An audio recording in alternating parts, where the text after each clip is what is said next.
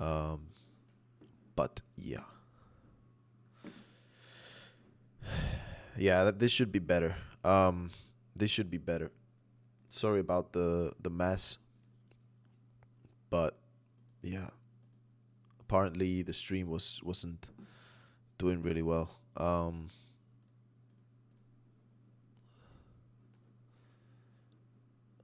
Apparently this one should be good now.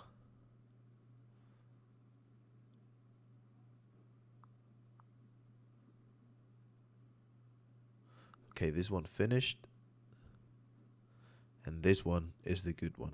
Excellent connection. Perfect. We're on Twitch. How's Twitch going? Let's see. Bitrate's good. That's perfect. So we're good. I think we're gonna just stay with YouTube and Twitch. Yeah, Facebook streaming is a bit iffy. So yeah, let's move on. Let's get Mixamo up and running. And let's get some strafing for the sprint. Should be easy enough. Oh, bitrate is slow now. Can anyone confirm that the stream is not bad? Please, I need to know. How's the stream doing? You'll have issues, or is it going well? Let me know. Let me check my upload speed right now, just really quickly.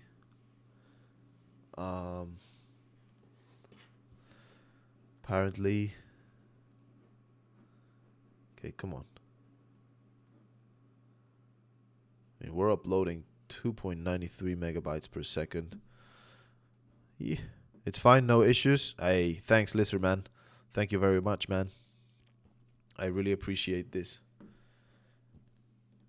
All good then. Let's move on to the good stuff. Sprint, strafe. I just need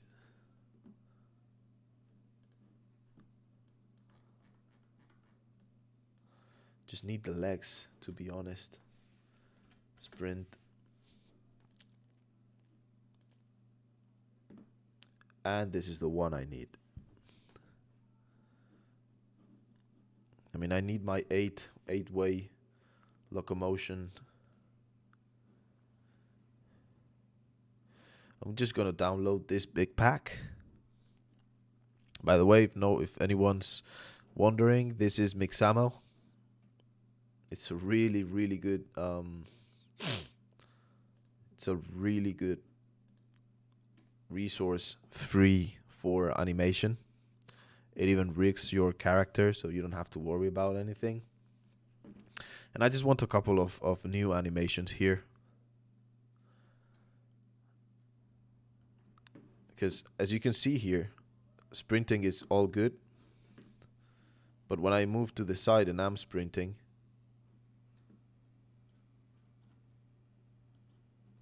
well, it's actually not terrible. But I would like to sprint to the side without, having to stop sprinting. It leads to a weird navigation through the level.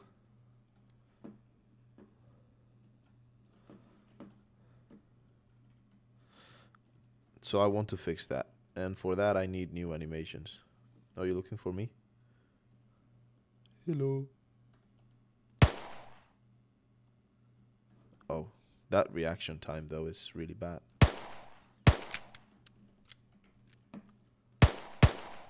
How did I do that? Am I now a person that's able to go through things? No. Okay.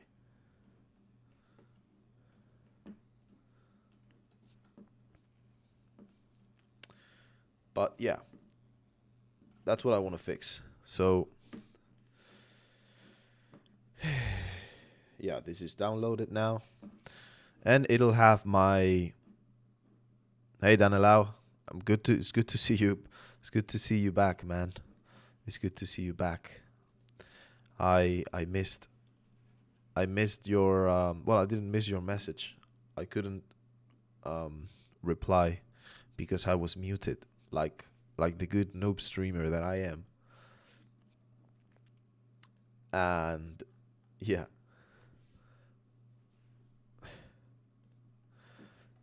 so we've got the all the sprint. So sprint right, sprint left, forward, forward right, forward left, backward. So e- let's let's get rid of the forward because we already have that one, and import this into Unity. So this will be into characters and player animation. Animations, yeah. Yeah, okay. So animations, and we're gonna, so this is main. Run, run forward, run, sprint. Okay, so we're gonna put it on main.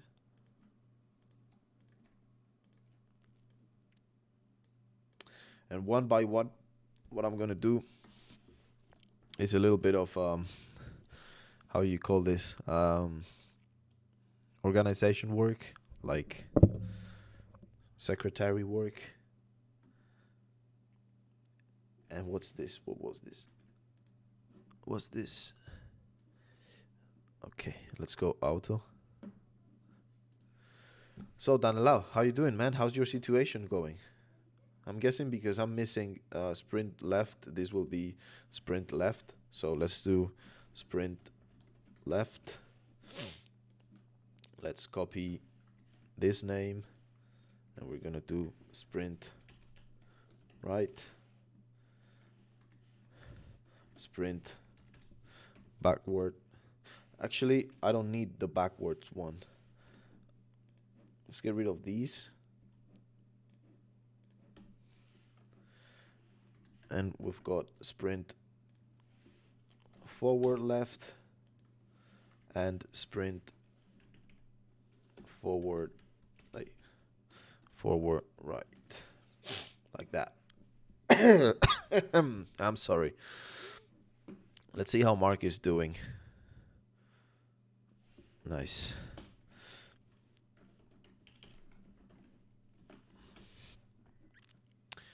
Um, set up some boundaries. People around do not like that, so part two will be to be okay with it.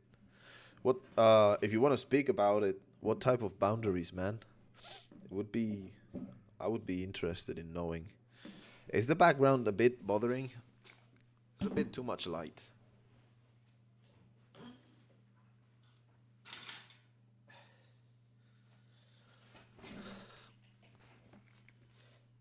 I like my cave being a cave. They will get used to that I'm not jumping as they whistle. Absolutely, man. I mean, it's important to kind of see, and understand that sometimes, yeah, you get to I don't really like this word, but sometimes you have to obey and kind of be okay with receiving some sort of orders or doing stuff that you don't like. But yeah, I don't think anyone around you at this point is in a position to tell you what you need to do. Especially after all that happened, I think it's on your hand to know what you want to do and to do what you want to do, you know? Like, yeah. Like, they already fucked up big time, so they lost that right when they did that. I think that's my opinion though. But well, yeah. But that's a different scenario. So this is sprint forward left.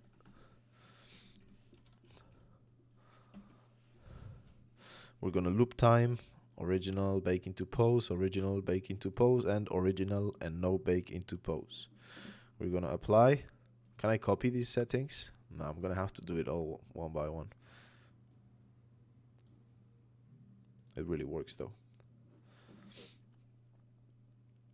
So forward right, we're gonna do the same thing. Copy from other avatar, and we're gonna go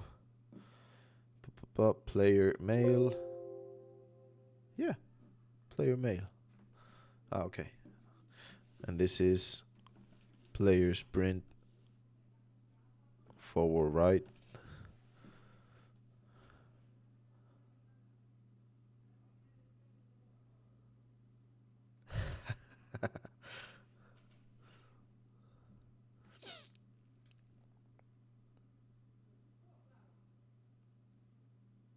No, of course, done allow, but you know what I'm saying. Like sometimes, hey, what's this? Forward right.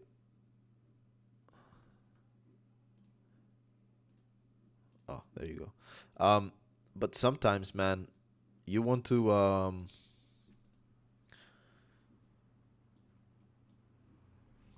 make sacrifices for people, and of course, that's your decision. That's your free. How do you call it? Free will. But you're not a dog, dude. And even if you were a dog, I don't think dogs should be robots. Like they should be good boys in that, but they shouldn't obey to everything.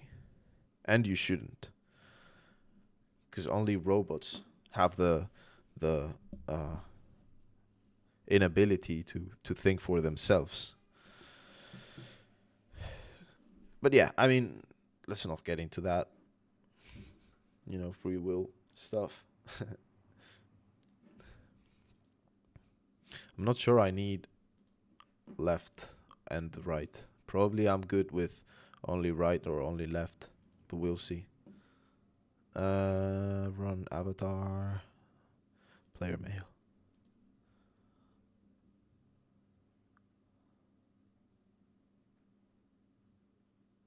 Yeah. Okay, let's do original, baking to pose, and original here.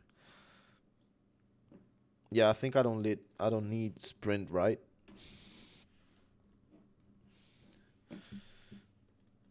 I only need this four, and I can duplicate the others and invert them. So let's do that. But before I do that and I forget about it,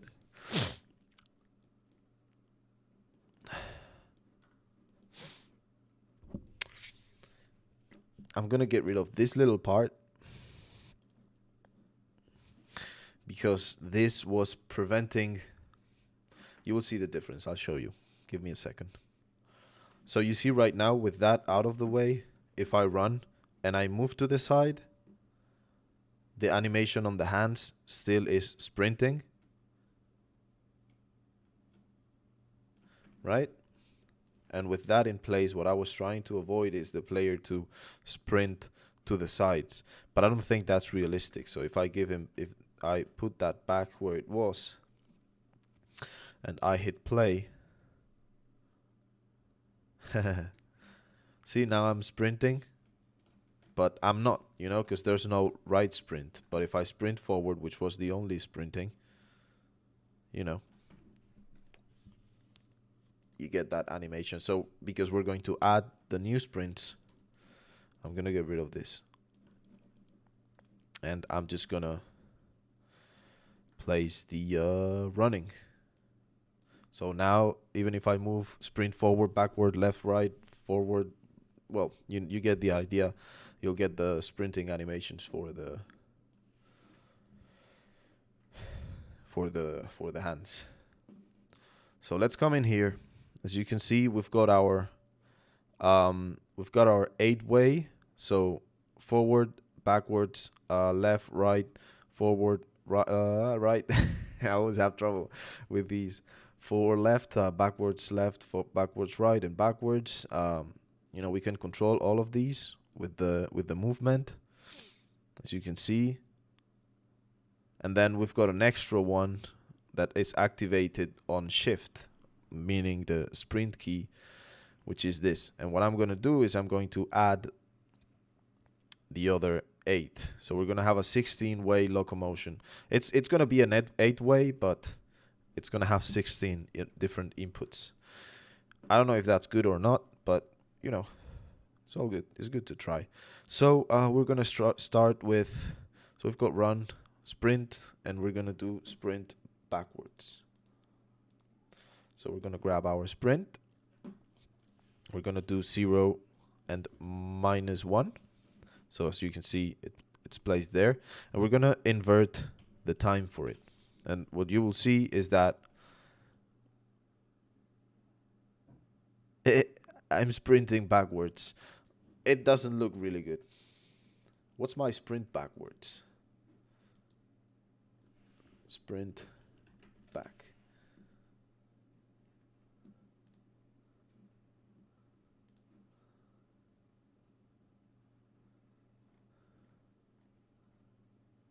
Yeah, there is a thing here, and that's the body's, how do you say, weight placement.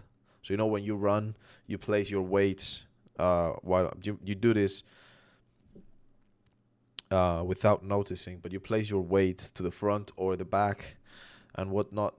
And I'm not sure, this is like, if it was a third person game, I would be bothered about it, because obviously it wouldn't look good, but it's first person, so I don't think it's a problem. Like, you can see I'm sprinting backwards,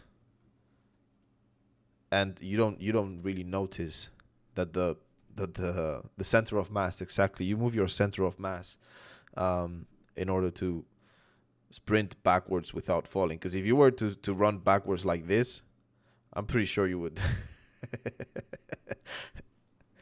you wouldn't be having a fun time. You would have been, you would make more effort trying to keep your balance rather than using it for actually being fast. But it's okay, because it's first person and we're not gonna see the body. And if at some point we do, I'll make sure I change it. But for now, let's try to not spend efforts on places that I'm not sure I'm going to see. The just in cases come later. This is a blockout. So let's grab sprint left. Let's change these names. This is sprint left.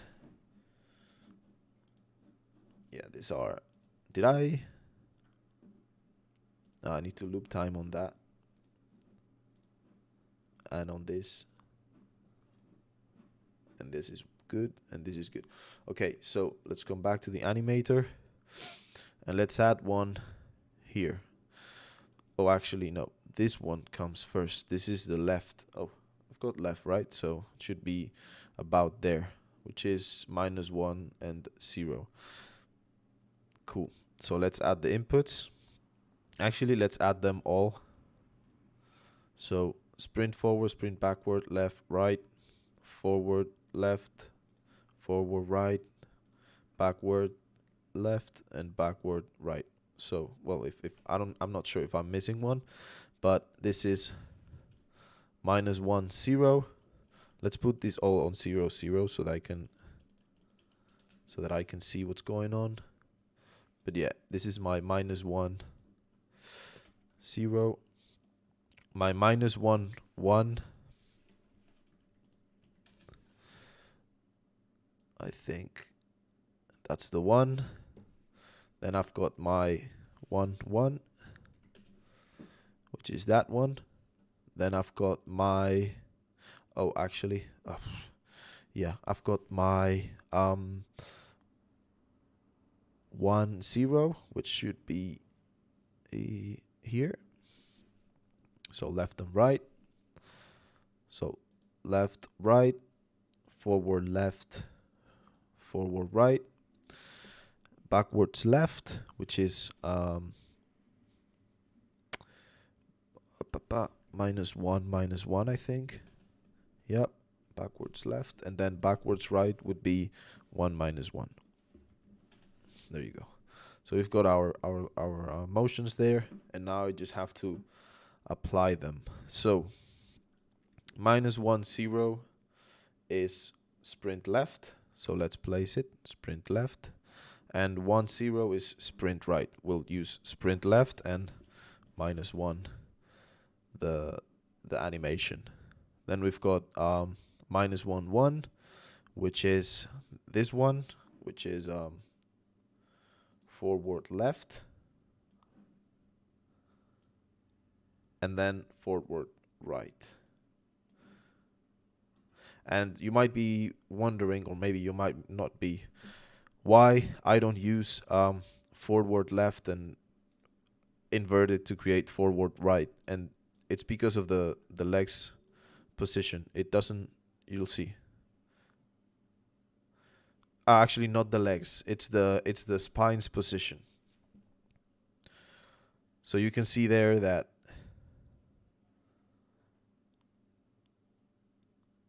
if I were to invert, let's see, forward right, where is it? Let's get rid of the player here. If I were to invert forward right, the hands wouldn't be grabbing the gun correctly. I know what I'm saying, and also because we need to do backward left and backward right. The invert would be good. And if you're wondering, mirroring, you see it goes the other way, but you can see the hands. He's grabbing the weapon with this hand, and now he's grabbing the weapon with the other one. So I can't mirror it because it would look wrong, like really wrong. So yeah, let's just finish this and get the theory out of the way. So 0 0, and we've got to do forward left for, so this one, -1 is forward right, but inverted, and then we just have forward left. Did I say forward left? Forward right and inverted. And let's just test it. So if I do this,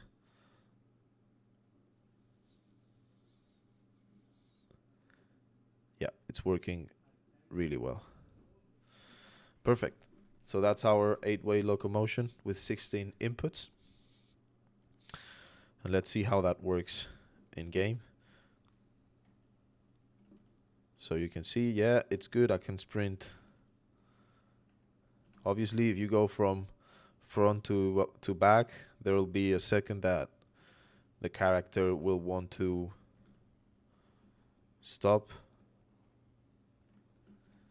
But yeah, everything looks good.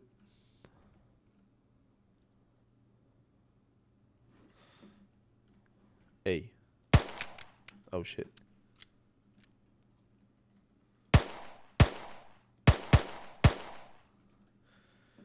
And he's out. Right. So we've got a good sprinting system that we're not going to use that much in reality. Just because. How's the sprinting working with the... it's cool. It's nice. We're not going to use this that much.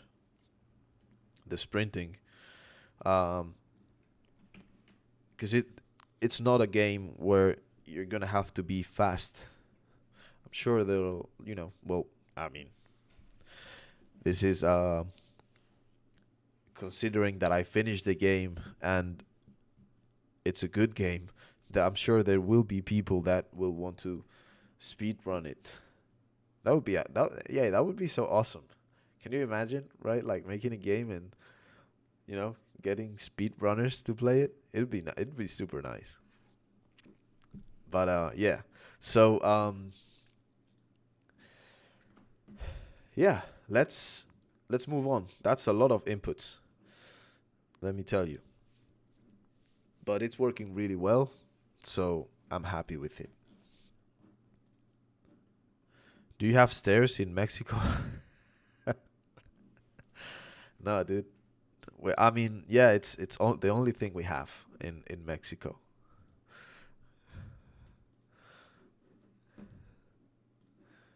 We don't use elevators. Come on, Mark. Well, it depends on the area, right? But yeah, um, let's get serious about it. What am I missing in terms of a gameplay? Like, what do I need? Think I need health.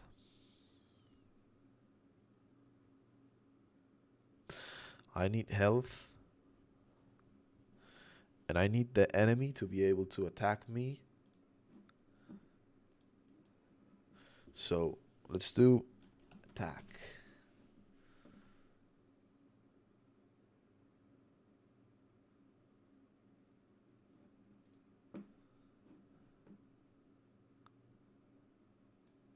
I like this one.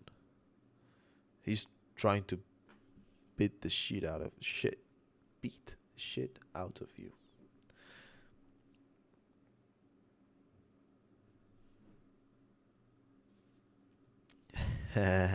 Why you're my evilness? He says like he said something like super fucked up.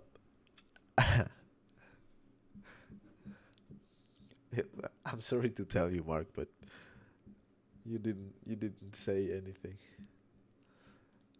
Let's grab the enemy animations and let's grab our enemy basic. Let me grab some water. I'll be right back.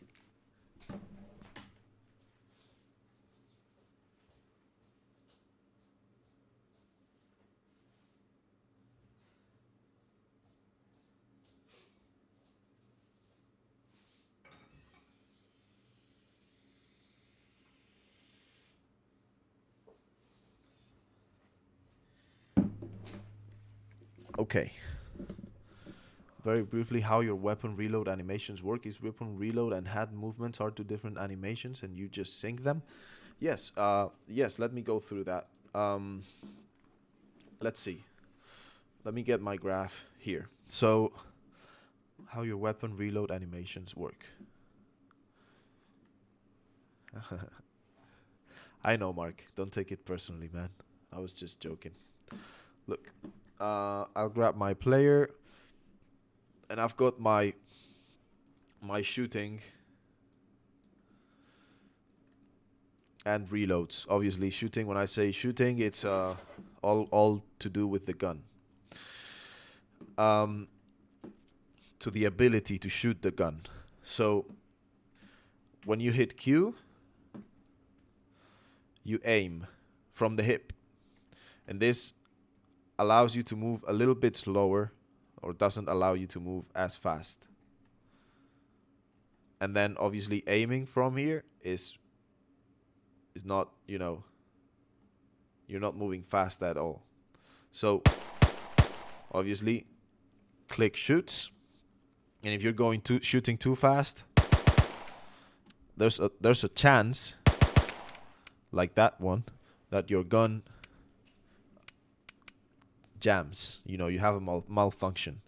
You hit the reload and you clear it.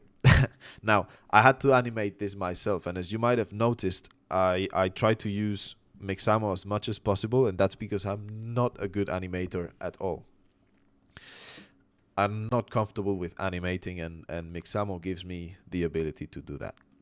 Now, if you hit R, it reloads. Obviously, so when you hit R and if there's a jam, then the animator plays the clear malfunction. If there's not a jam, the animator triggers reload. And the way this is set up, you see I've got a lot of layers for my animations. Reload uses the blend tree that I'm using for aiming. So I'll show you what I have for aiming. I've got a one directional blend when it's -1, it aims down. When it's 1, it aims up. And this is controlled by the mouse vertical axis. So up, down, up, down. Then the reload has that as a base, and then when I hit R, it just, moves to like it triggers reload on the parameters, and it does this. Like you can see the animation is super, super easy. Basically, my reload animation is just triggered when you hit R and you're not jammed. And I don't know. I have the feeling that I might be over explaining, and you might be looking for a simpler answer. Did you get what you were looking for, or should I try it again?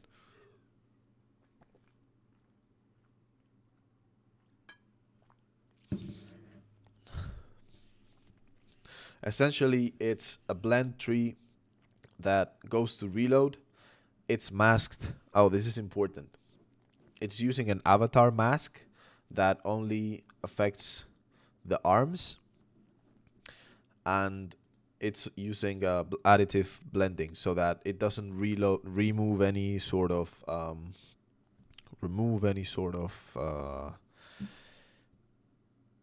animation below it. It just adds to the animation.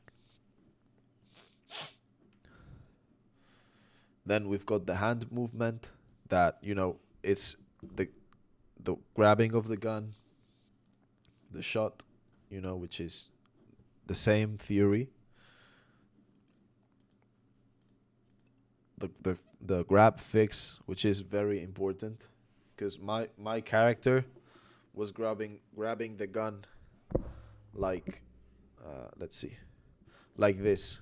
You had like a lot of room that the camera saw, so I had to fix the grabbing of the gun, and have it as a different layer. So it was a bit of a weird thing. But yeah, it's a lot of fiddling around and finding the good values. Yeah, a lot of playing around with the hand position and so on. So yeah, we've got this. Now, what else did I want to do?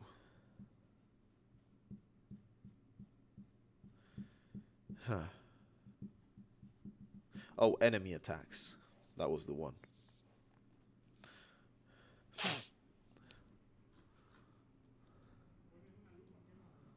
Okay, let's download this straight away.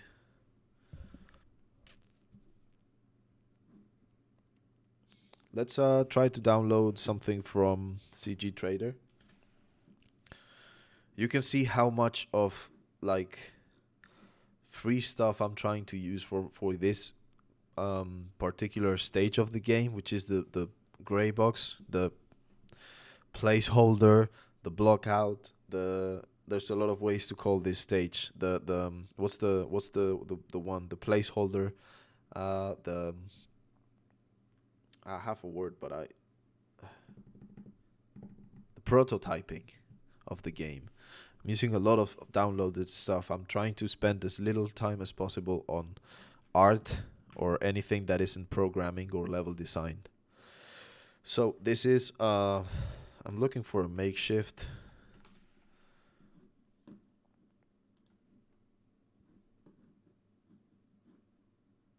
Let's try DIY.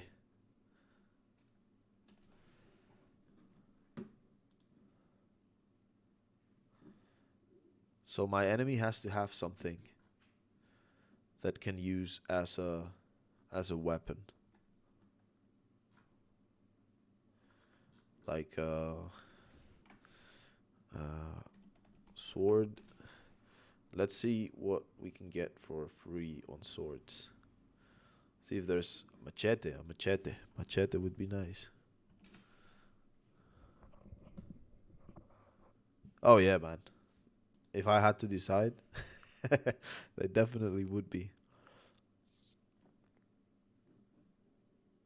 Oof. That's a nasty, nasty weapon. Like you definitely don't want to get cut by this. You would get tetanus. Tetanus.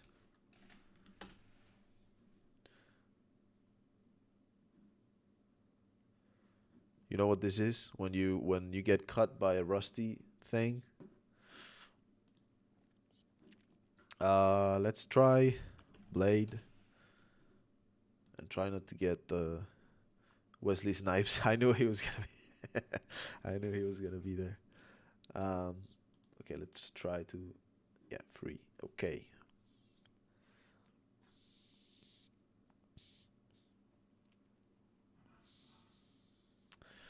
Any ideas of makeshift weapons that I might be? Yeah, I think it's one of the most important vaccines, especially when you're a kid. You know, the tetanus one. Like there might be some that are a bit more useless, but I particularly got vaccinated against tetanus like 4 or 5 times, like a lot of times. It's protocol here. Every time you get a nasty cut, you get that back vaccine. Too bad.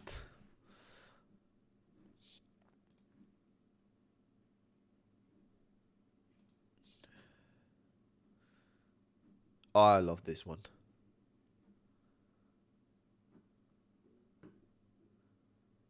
How do you call like a stick?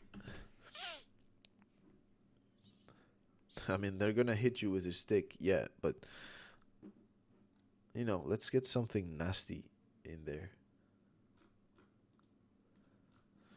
like a board, maybe.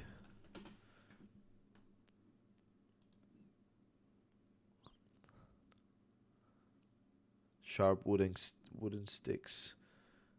Huh. Sharp wooden sticks. So nothing here. Like let's do blunt, maybe. Yeah, but of course we were gonna get. Oh no, actually we do get some good stuff. A shovel, hammer pick. Oof.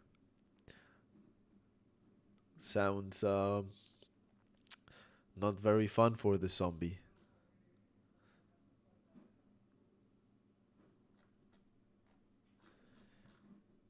Okay, let's get an axe, but like a fireman axe type of thing.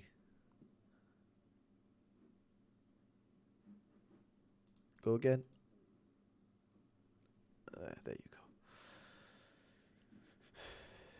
Okay. Yeah, just something like this, but you know, making sure it's not just like a wood axe. Oh, a saw, man, a saw,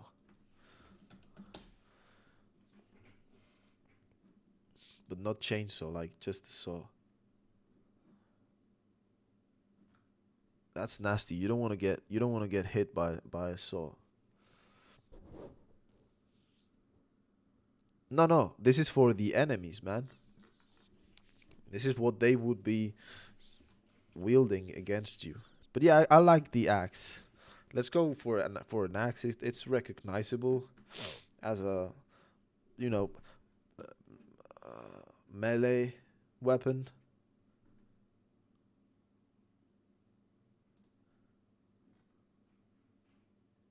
I think I'm gonna use this one without the straps. Nah, it's too Viking, and we don't want to go medieval or prehistoric. I have the sensation that this might be a bit expensive in terms of polish. Yeah, it's not very well optimized. Uh, I'm just looking for something with a good shape. I don't care about the materials. At the end of the day, we're not going to use these textures. Let's see. Yeah, I guess this is all right.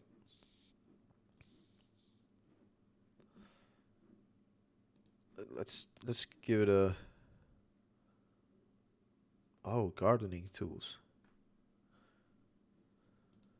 What?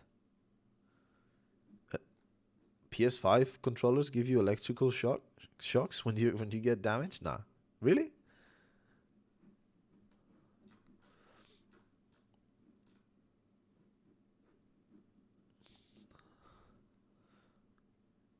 A ah pickaxe.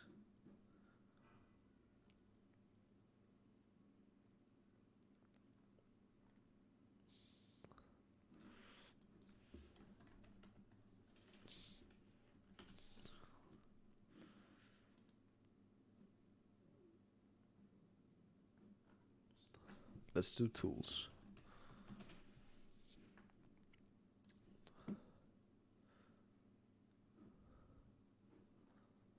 A shovel.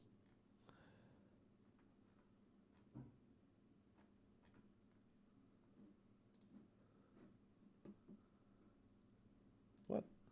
Well, okay, let's use the axe. Um,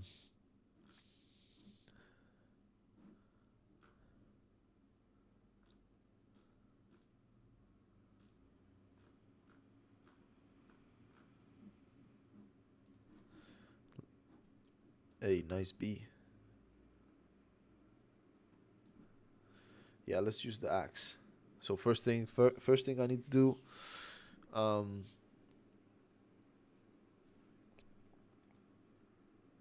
let's get the axe.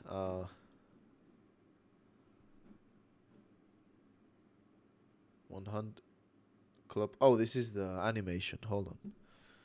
Yeah. Uh, axe OBJ. Well, yeah, OBJ is fine.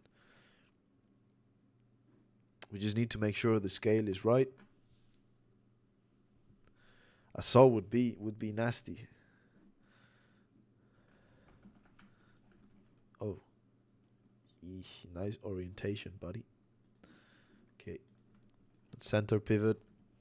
Yeah, transforms are frozen, which is all right. No problem. It was free. Let's not bitch about it. Okay. Center. What's the scale of this? Oh, it's a toy axe. It's oh, it's 4 millimeters. No, it's 1 centimeter tall. So it's about this big. Let's make sure it's a bit, just a little bit bigger. So an axe. Let's do it like 75 centimeters. Let me uh let me straighten this, or actually edit the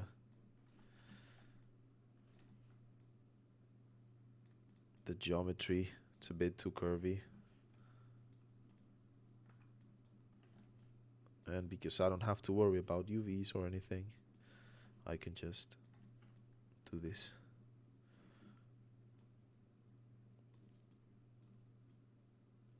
Yeah, too much geo down here.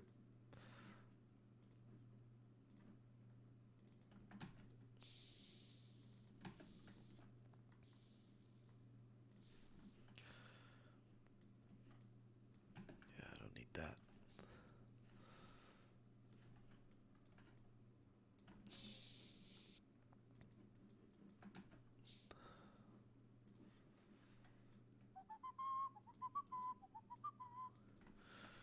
Yeah, let's let's make the head a bit bit bigger.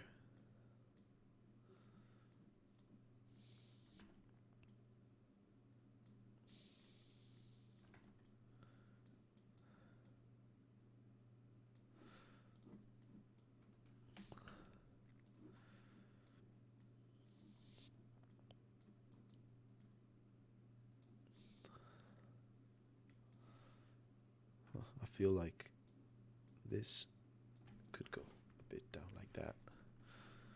Yeah, it feels a bit more like an axe. This is ridiculously thin. How's that the center of the axe? Come on, Max.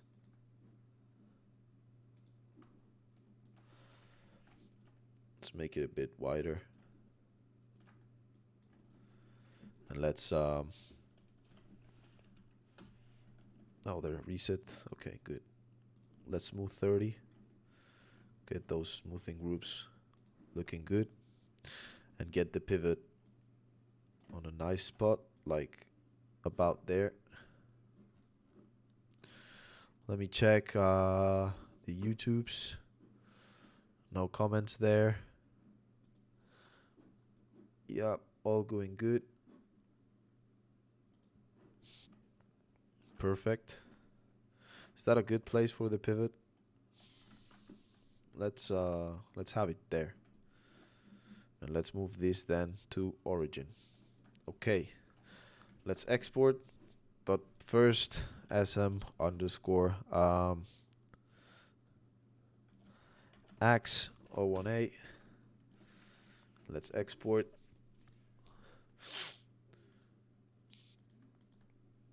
This is weapons. We're gonna do enemy and sm underscore axe 01A.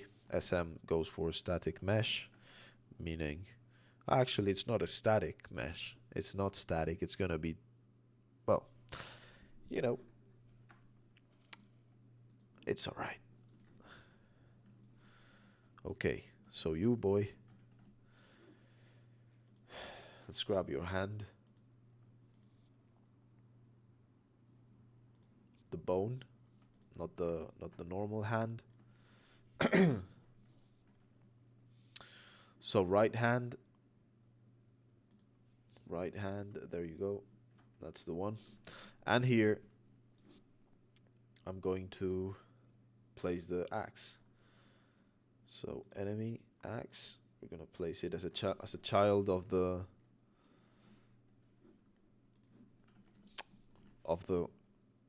bone, and place it somewhere around the palm. Wow, it's a big axe though. Well, no, actually it's not that big. Let's see. Let's look at it.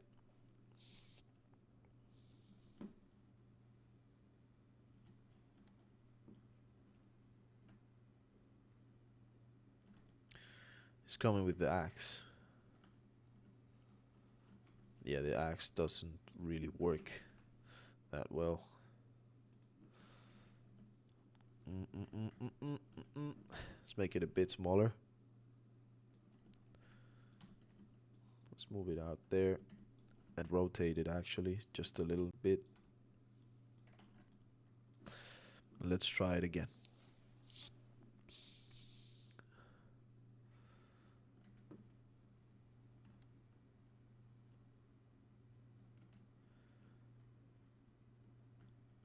Hey, why is he cutting his leg? You need to be careful with that axe, man. What happens if I... Yeah. Oof.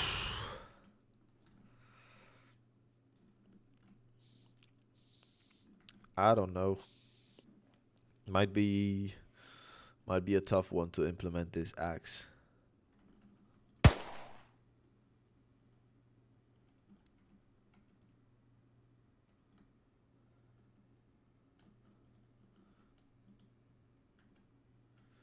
Yeah, it looks super small now.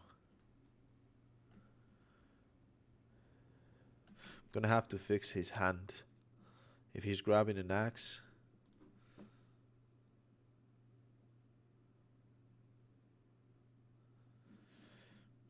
Yeah, I'm gonna have to fix his hand, and let's move it back. Let's make it let's make the axe. Oh, I didn't reset X form on this. Yeah, exactly. Gonna have to do that, or look for a different, because we can do axe. And we've got this guy.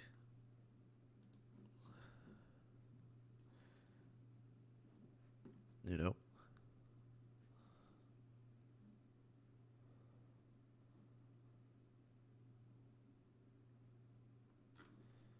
Let's do axe walk.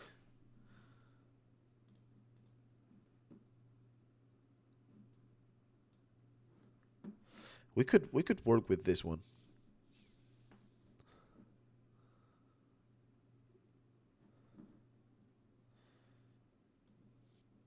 Let's let's try it. So enemies animations. Here you go. So we've got walk.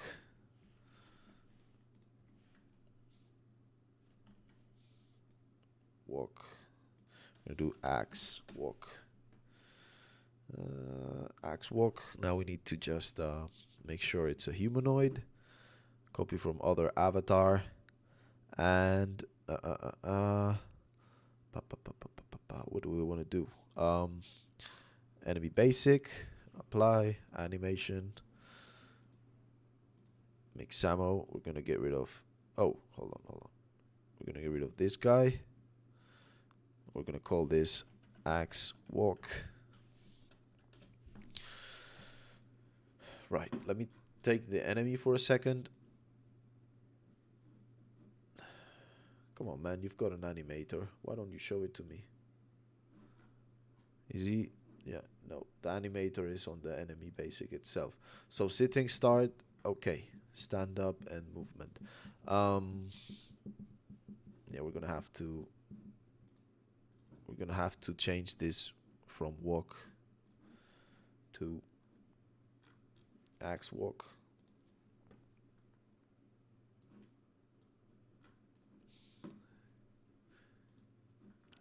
And this one same, walk to axe walk. And we need to finish the axe walk. So we loop time, we bake this into pose, and we do this original. Okay, that probably will work much better.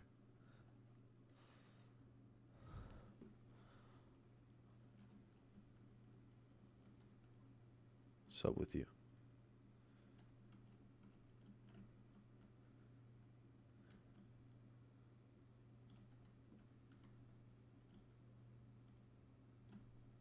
Yeah, he's dragging his foot. And that's because of the movement speed for this guy. So, let's see. Where are you? So, detection animator. Movement animation controller. Set speed. Let's do 1.25. This is about when you change an animation, there's some tweaking to do because not all the animations move as fast.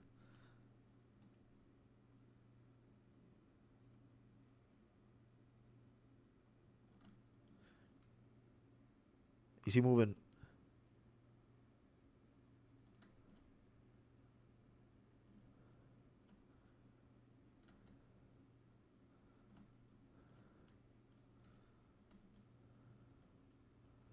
Is he moving too fast?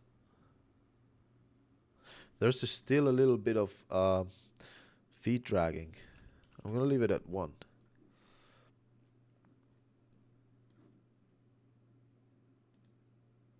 Oh, and it's important. It's important that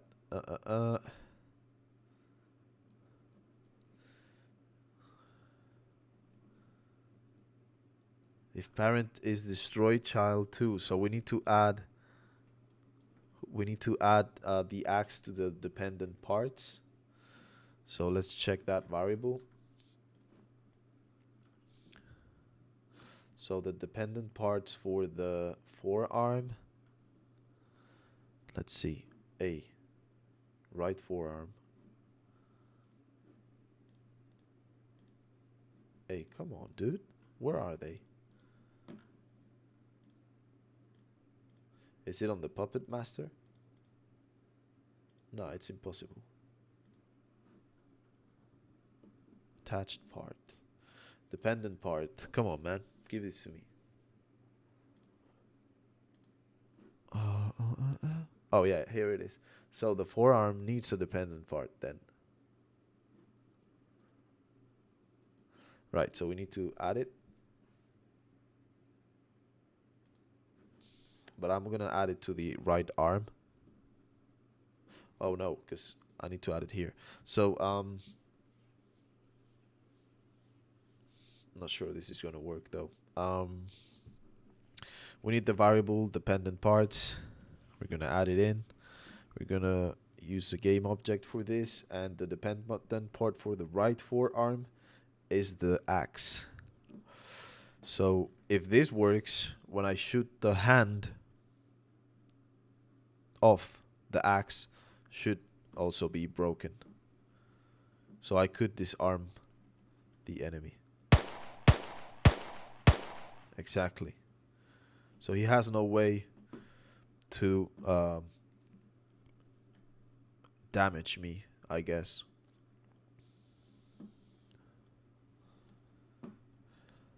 Let's see what happens if I shoot the upper arm.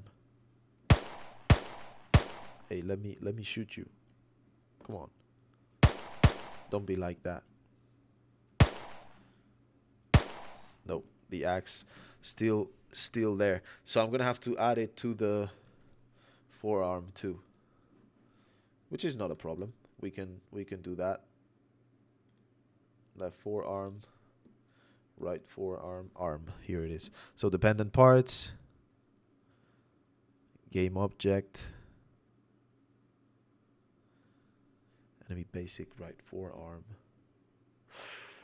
Okay. It destroys that. Okay, we're gonna do dependent weapon.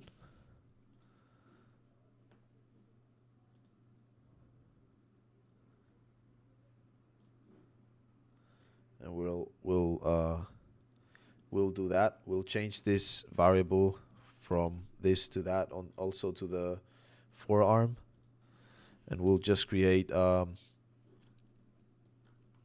create a new thing. So part destroyed, dependent weapon, and you destroy the dependent weapon.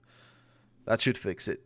It's a different variable. One destroys the body part, the other one destroys the... I could actually, now that I've done that, instead of destroying, I could... so is this a... I could add a rigid body to this. And I could add a box collider, for example. Also, let's fix the position now that we've got the right animation. Box collider, rigid body. I could just make it fall, which would look really nice. So, this is the enemy animator, but that's not what I'm looking for. I'm looking for the parts.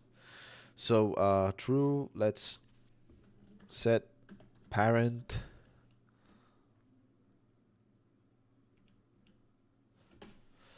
and let's grab the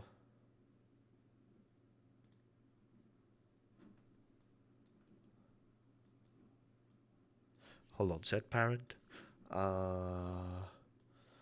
So we're gonna grab the dependent weapon. We're gonna set the parent to of the dependent weapon to, let's find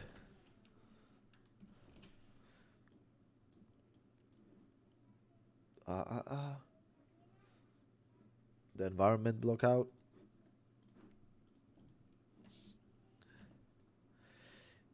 And right, let's see, where's this? Let's deactivate. Oh, what we're gonna do is we're gonna set its kinematic to false.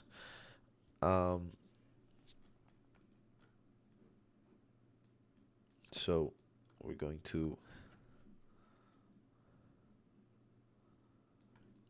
do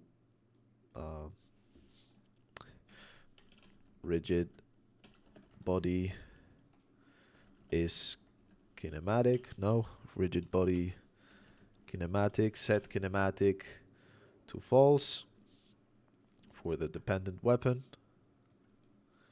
and box collider set active, set enable, sorry, to true. So by default it's false.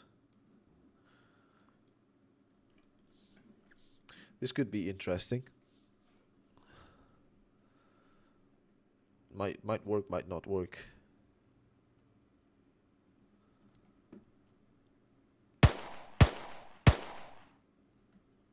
Yeah. It does work. It's a bit weird, you know, but whatever.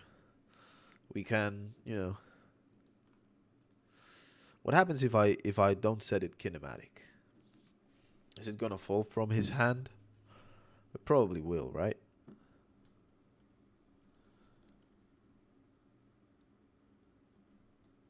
It does. Okay. Well, we can you know, leave that there for a second, because that was not by far our main priority for today. We need enemies to attack the player. We need the UI elements for the attacks, you know, we need all that stuff. And we're not doing it. We're just shooting off axes from the fucking guys. Oh,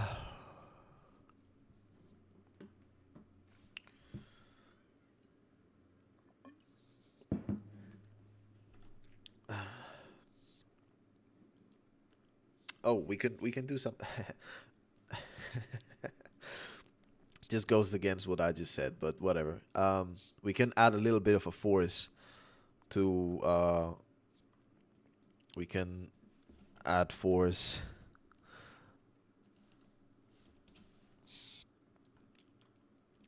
to the dependent weapon. Oopsies.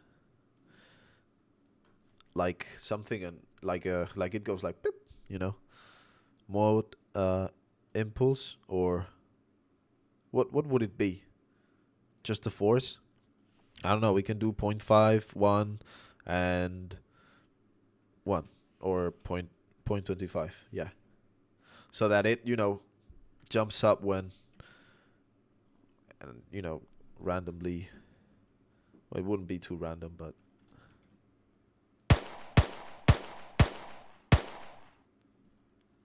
yeah, it shoots it.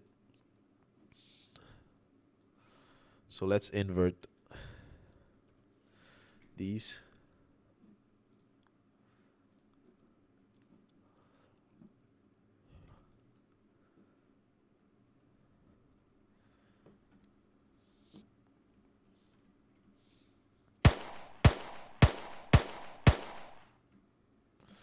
Yeah, it just falls. It's a bit strange. Let's add 5 to Y.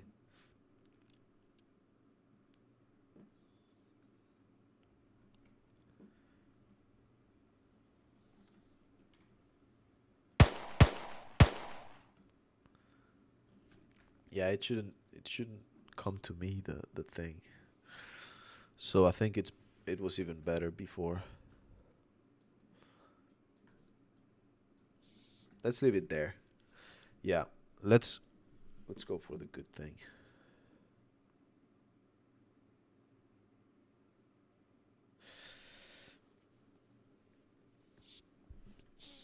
Um,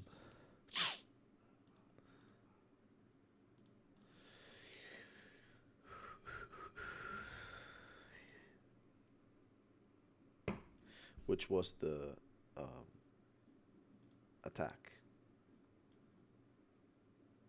Right. This one should be fun to implement. Let's do enemy basic underscore pop, pop, pop, pop, pop. What would it be?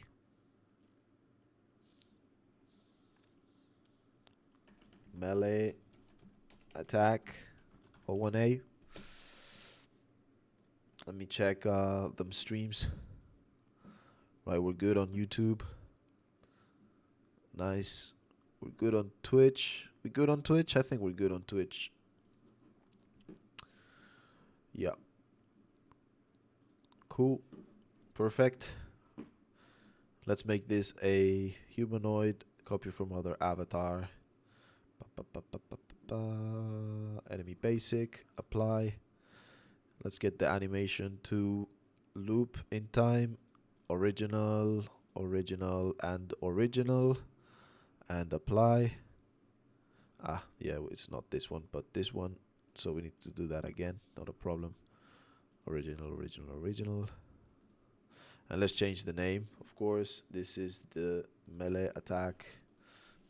Melee attack 01. Let's check. Yeah, he wants to damage you, man. Okay, so I'm gonna get rid of the, you know, that step he does back.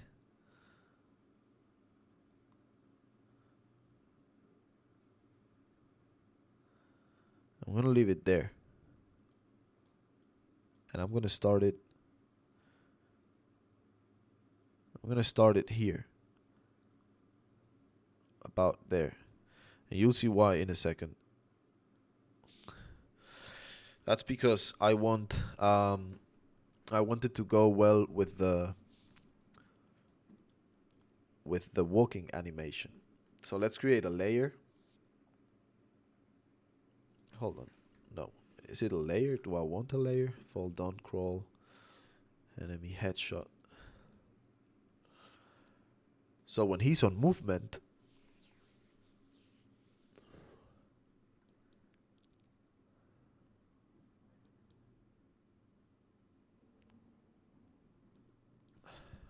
let's bring in the attack. Yeah, basically when he's on movement and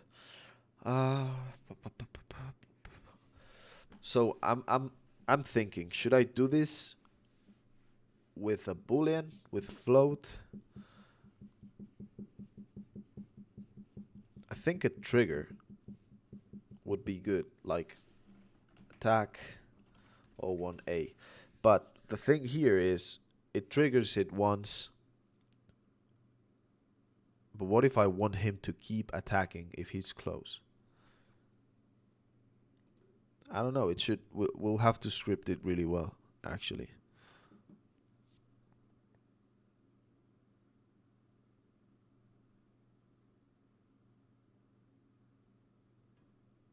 Yeah, I think that is good. So let's add the attack. Let's say it doesn't have an exit time, and the transition duration 0.25. I'm guessing is going to be good. But let's see. Whoops. Yeah, I think that's going to be all right. And then, yeah, we'll exit at 1.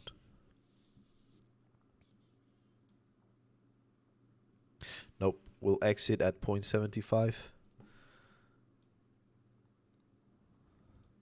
And the transition is going to be a bit longer than this.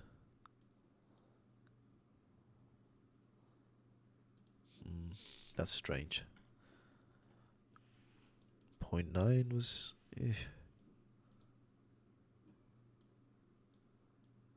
Yeah, that's actually not bad.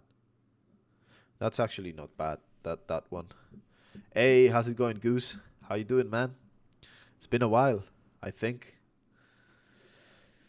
Is everything all right? Going good? So let's see. This should be quite easy to implement. Navigation, when sees player or hears shot, enemy goes to last known position, disables nav mesh when dead. So this is AI detection and pathfinding. This is the animator. Okay. Um, let me check. Let me double check or triple check one thing. Let me see what happens with the axe if I keep the collisions on.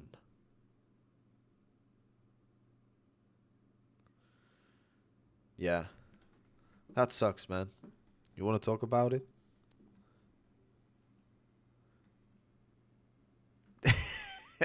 Man, how am I gonna be serious with this?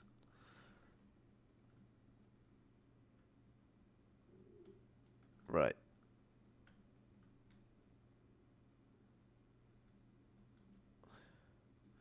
You're going to excuse me for a second.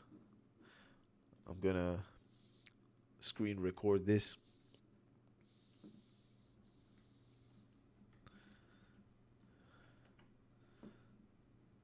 Let's be quick. Come on, come on, come on, come on, come on.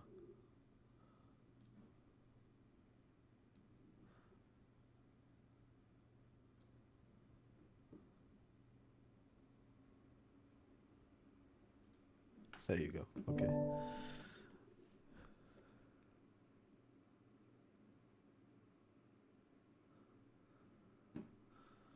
Oh man.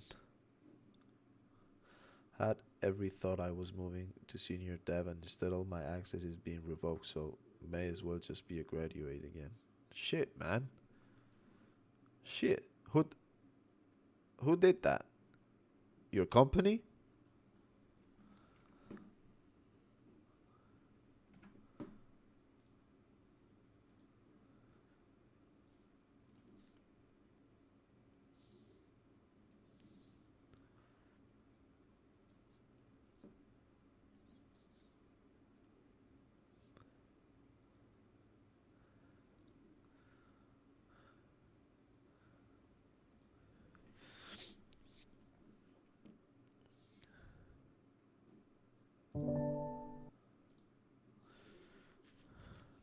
That sucks, dude.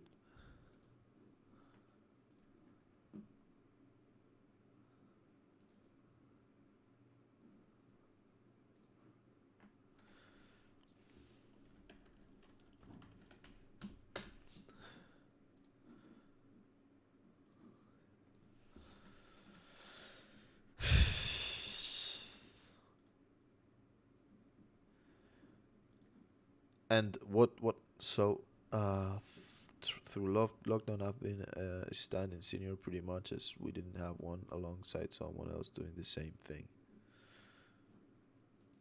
What was this like a senior what? Developer? What? My GIF is too large. Shit. Well, we'll do this later.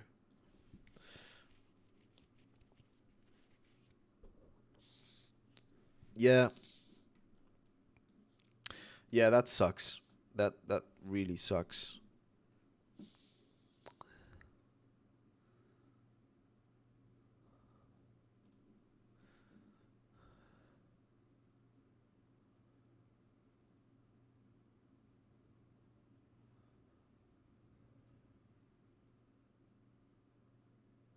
Yeah.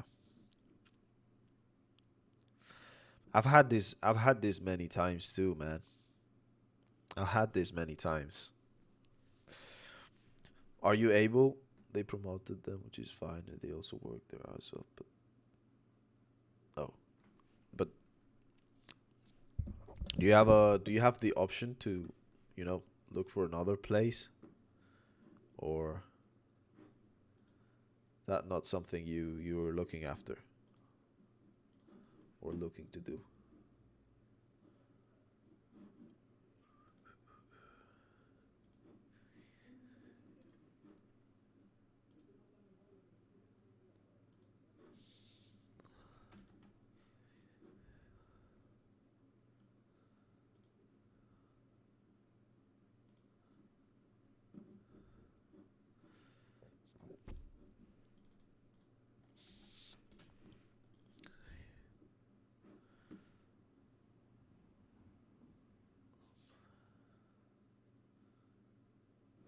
Yeah. Oh yeah. Oh man. I've you don't know how many times I've had something like this, dude. Like no, yeah, we're with you, you're important to the team. We're with you, and then they show the complete opposite thing.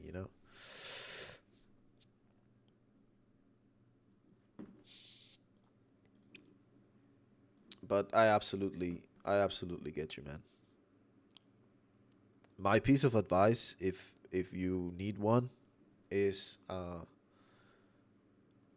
chill, give it a couple of days, think about what happened, understand if it's as bad as it looks, and if it is, you know, look for another place. Also, talk to them. Tell them I'm not happy with this. If you have already done that and they said, well, kind of, like, well, it is what it is, then, you might not want to be working with those guys.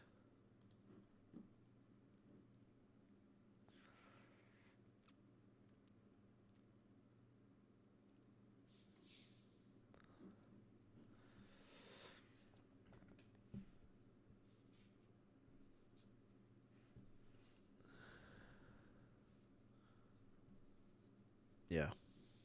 No, that sucks, man. That's not nice. It's not healthy.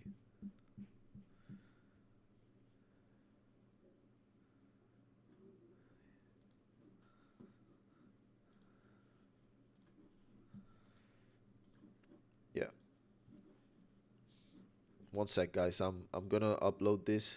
Uh, when your physics make your supposed to be scary enemies a joke.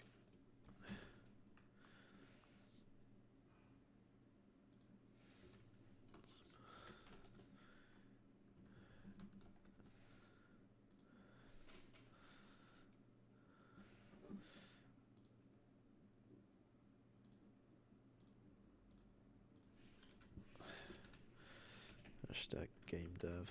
Hey, you gotta get those followers, right? Yeah. See you in a bit, man. But you need to tell me, man. What's the like? You talk to them?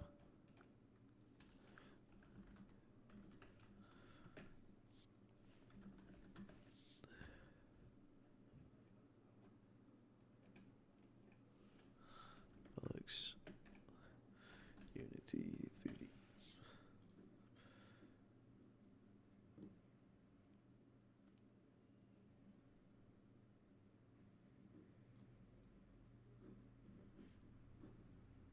Right. Let's go back to development.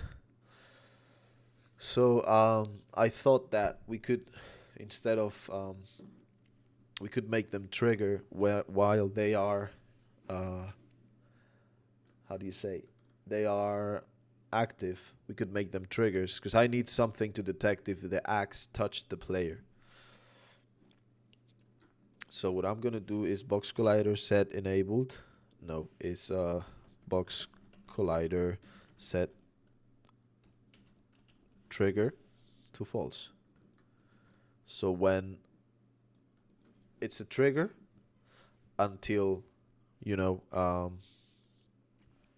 it's a trigger until it dies, or it see, it doesn't do that anymore.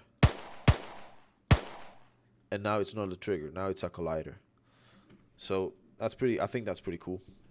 Now we can detect. Well, first, we need to make sure the enemy knows when to attack. So we're going to add a new bolt flow machine. We're going to create a new script. So content, scripts, enemies, and we're going to do script underscore enemy attacks O1A. And yeah, I don't know why I do the O1A, whatever. Just gonna get rid of it because I don't do that for the scripts. I don't have variants of the scripts. So enemy attacks. So on update, if let's see, do we have we're gonna branch. So if get position, if the enemy, and let's find the player. So let's find player. Actually,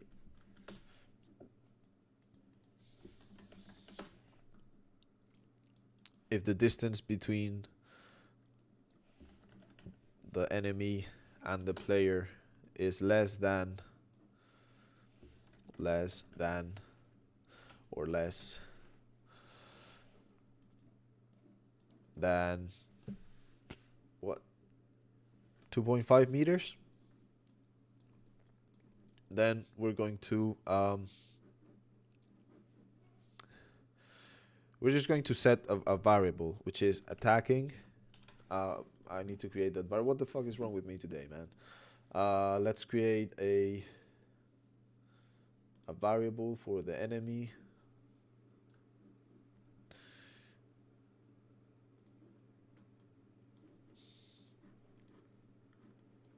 Come on, man. Let's create attacking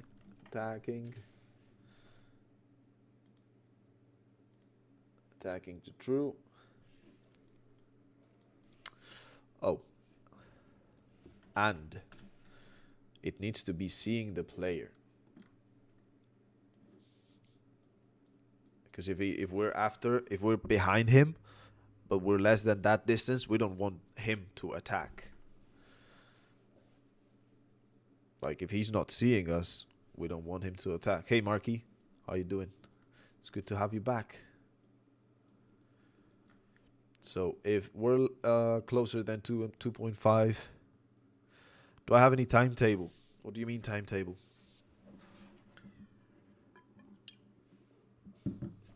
Do I have any plans?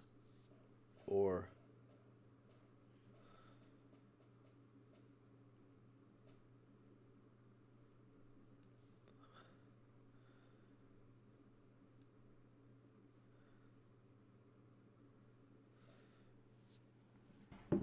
Dan Alau, welcome back. Yeah, Minecraft. I think Minecraft. How old is Minecraft anyway? Like, a lot of games used Java or Java. My Spanish. Java.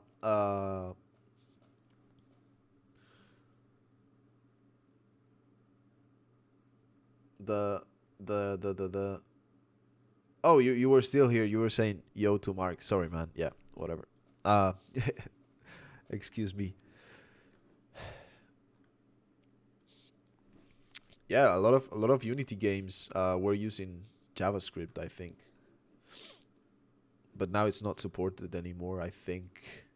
But yeah, let's so set object variable. Why is it on the other screen? Let me get things out of the way here. Set object variable attacking to true, and if it's not, we set it to false. Right. Um,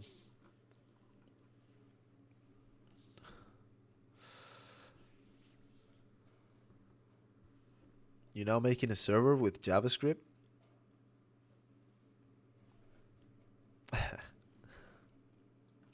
But yeah, this is the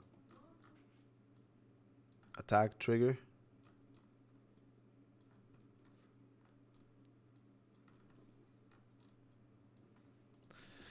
Attack trigger.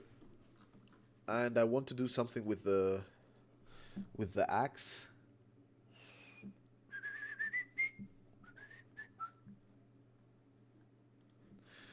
This axe will need to be tagged as enemy weapon. So let's do enemy weapon and tag it as enemy weapon. Let's apply all the overrides. I'm not able to. Why not? Guessing it's because of the what? Why can't I apply this, man? Whatever. I will create a new folder here. And this is my, what do you call these? Source, like meshes. Get this in there and create a prefab from this. That has all this stuff. Right. And is properly tagged.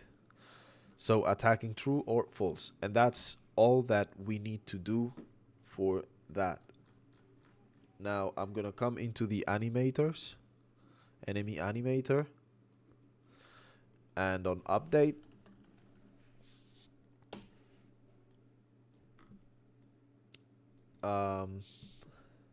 we're going to branch.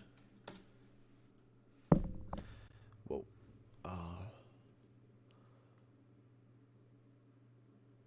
We're going to branch, and we're gonna check if it's attacking. That starts as false. So if attacking is true, we're going to set trigger.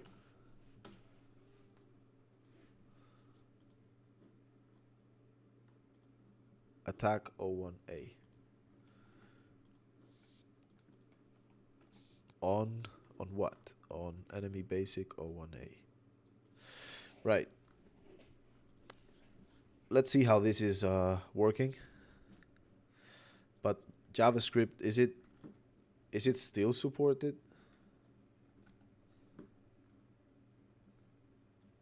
So let's see. Come on, man, trigger the animations. Whoa, whoa, whoa, whoa. Yo, he wants to damage you, eh?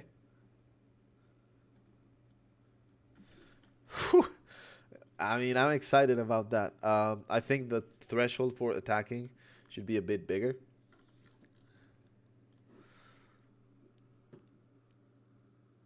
Oh, they're completely different things.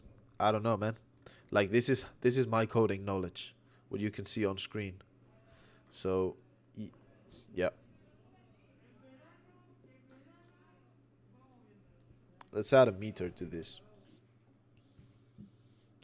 No, I'm telling you, like it's not supported anymore. It's I read it on a forum, like they were gonna get rid of it completely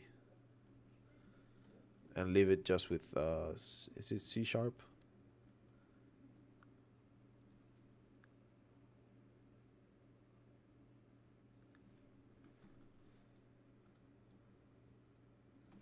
Yeah, maybe 3.5 is a bit much.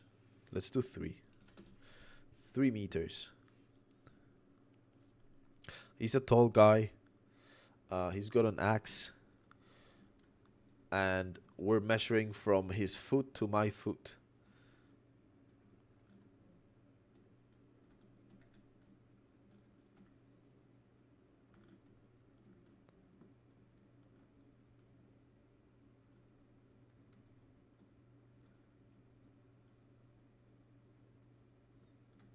Okay. Maybe 2.5 wasn't. I mean, 3 is good. I don't know, man. Let's leave it there. 3 is okay at this point. Okay, and now we need to come to the player and do the health system. So bolt flow machine. Let's create a new one. Content scripts, player and controls, and this is script underscore player health. And we're going to do this really in a very simple way. We're going to have 3 states of health. We're going to have healthy, damaged, and what's the other one? Moribundo en inglés. And dying, but not dead, dying or moribund. Is it a word? Moribund.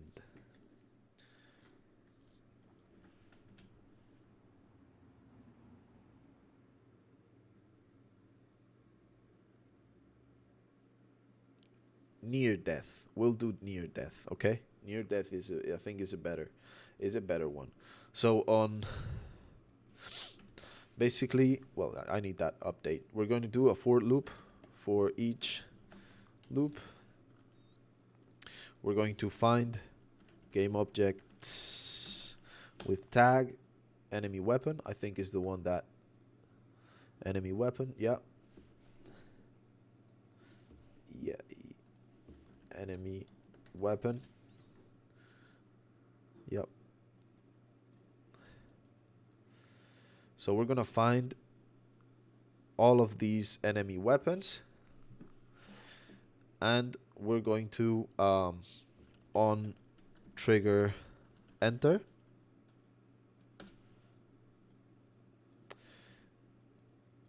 Yeah. Hold on. So if I enter a trigger, right? If self enters the trigger, and I don't need the for loop. Yeah. So let's branch and let's compare tag. If the tag is enemy weapon, yeah, I don't know why I thought about the for loop, but whatever. I mean, it's good. The tag is enemy weapon. Then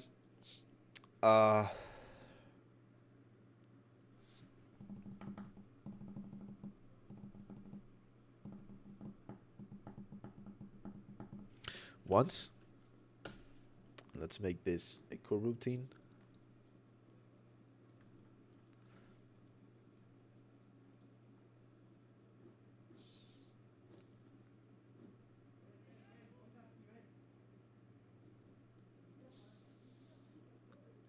And on trigger exit, yeah, I don't need the coroutine then.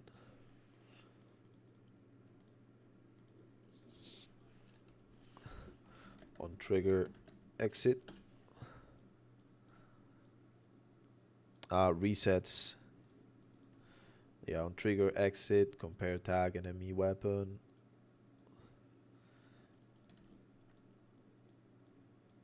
So when we exit the enemy weapon, we reset the ones. So basically what this does, it makes sure that I'm hit once per hit and not more than once. So I'm hit because sometimes it reads 2 frames, I think, or stuff like that, and it's not really nice. But yeah, so once we're going to add a variable for the player, and this is health, which is going to be a float, and we're going to start at 100. We're going to set variable set object variable health to health, minus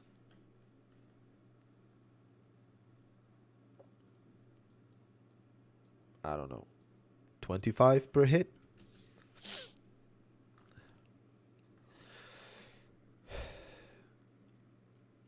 So this is hits, damage, player.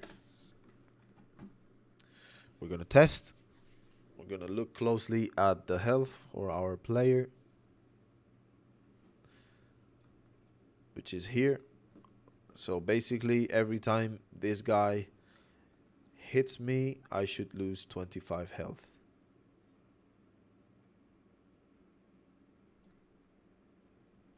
So you can see why I did the ones, right? It took a lot of damage. Right. It took a lot of damage actually.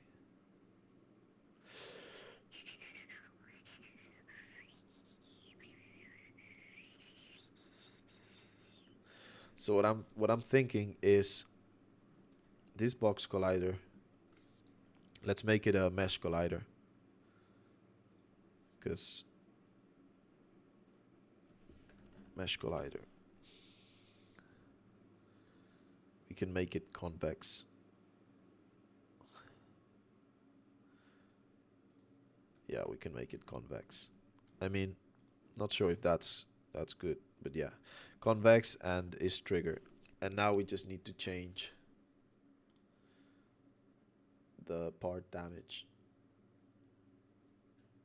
I mean, do I really want to do that? Or do I add this collider there, which is the trigger, and then add another box collider that is not a trigger,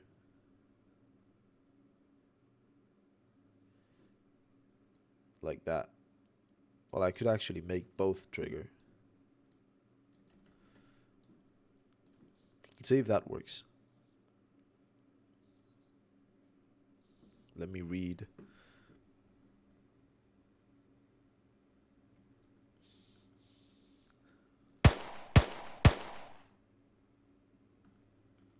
So it falls and they both... Oh, so only one of them stayed as trigger.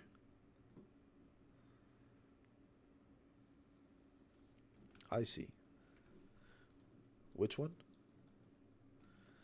This one?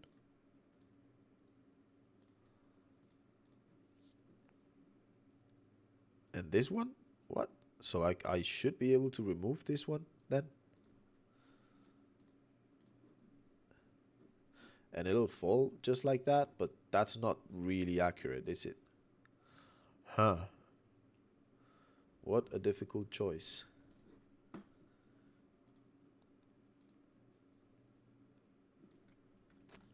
Okay.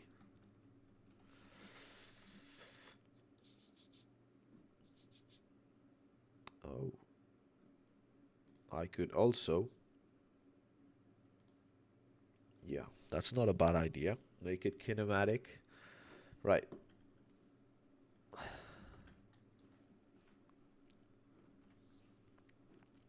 I could also, on the physics tab, make sure that the weapons don't collide with the enemy, so we would avoid the problem we had before.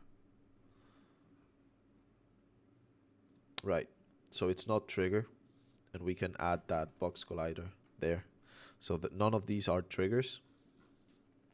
But since this is tagged as enemy weapon, I can come into the physics here and say that, where are you? Oh, this is on layers. So I'll add it to the enemy weapon. Oh, I need to also add these to the enemy. Okay. So enemy basic is on layer enemy. And yes, we can change this to children. Yes. Then the axe is on layer enemy weapon. And now on my project settings, I can say that enemy weapon doesn't collide with enemy. There you go. And now all I need to change on the player, where the damage is, instead of on trigger, I need to do on collision.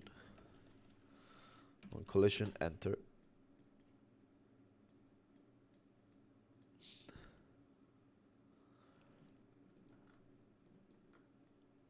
And I will probably not need this,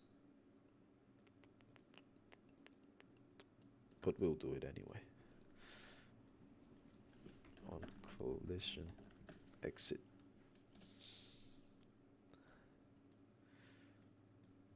Let me try to see what happens if I don't do this just once and I leave it there. Now we're gonna check many things now, but it's okay. So we're gonna check that the health goes down. Where's this guy?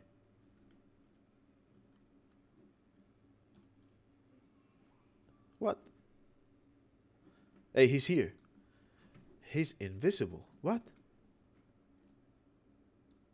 Oh my, why is he invisible? Is it the camera not rendering him? that was very... Wow. Invisible enemies. Right, where's my camera? There. Culling mask. Obviously we want to see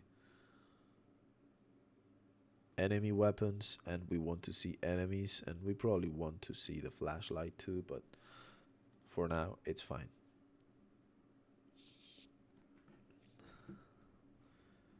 Okay, are you there? Yeah. Let's see. Let's check for all that stuff.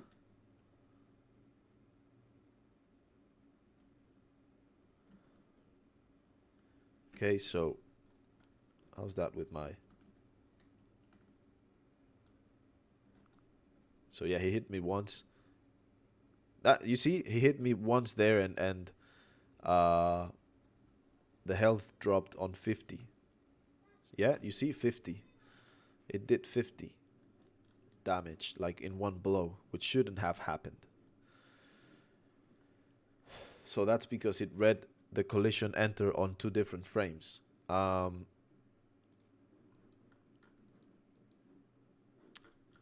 I think that's why. But let's so then let's try a different thing. Let's do it once.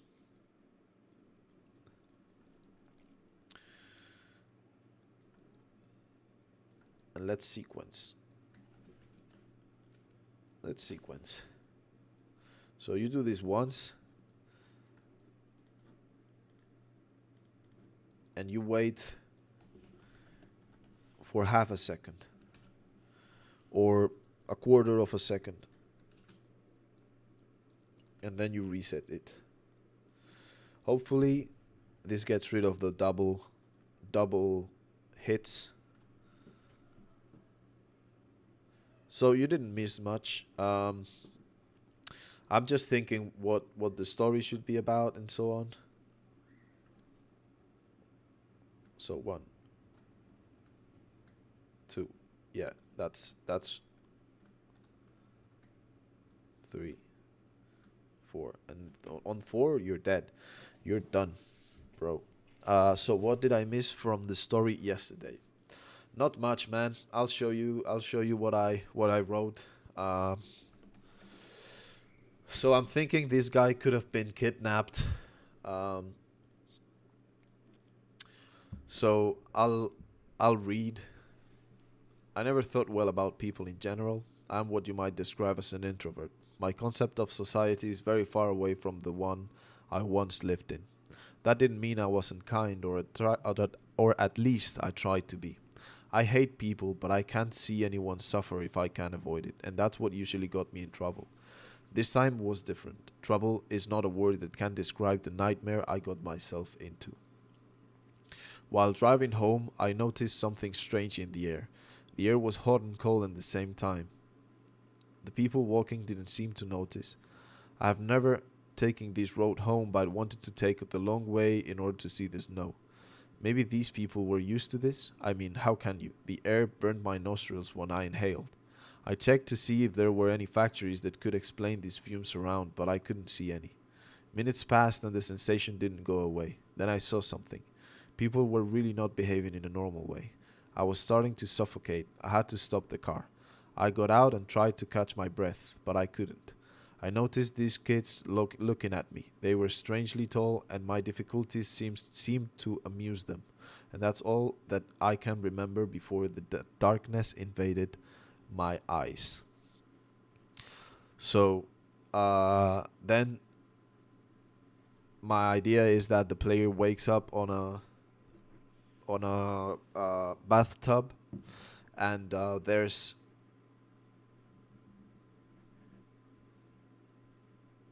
thank you. I was thinking that he could wake up in a bathtub with a lot of like they took his his knee, uh, his kidneys.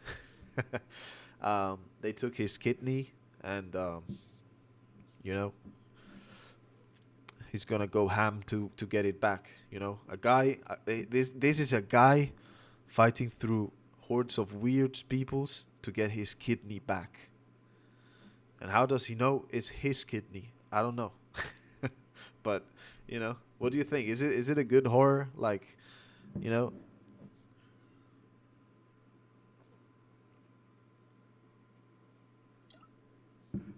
from a dog to a kidney. Yeah, man. I don't know, man. I don't know. Maybe this guy has like a weird I don't know, I can invent something like he's B zero positive. Like he's got a very strange um blood type, and he will recognize his kidney because it's labeled as B zero positive.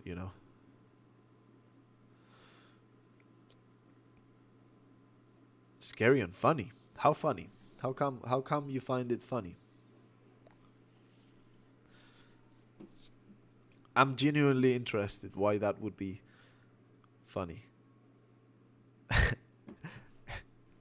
Because I'm trying to avoid it at any cost. I'm not going to do a scary movie uh 6 or however the number they're doing. But anyway, let's let's try to find some you know like blood drip screen texture or something.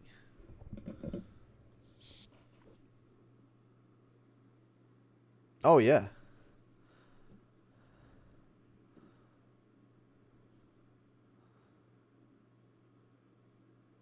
Why do you want your kidneys so bad? I guess, I mean, I guess you do want your kidneys, right? Like you don't want to lose them.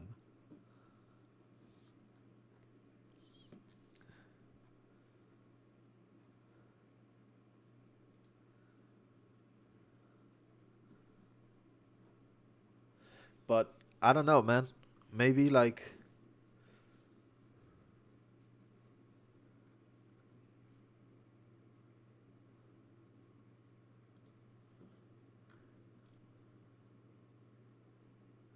yo, this grew fast. What the fuck? 12 likes? Like, I'm proud of that. Thank you. Thank you, everyone who liked this tweet.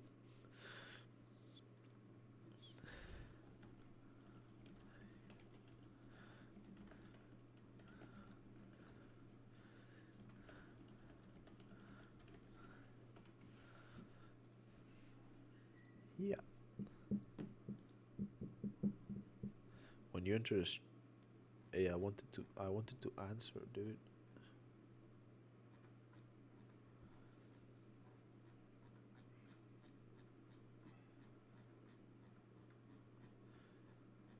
I want to see that survey, or however you say that.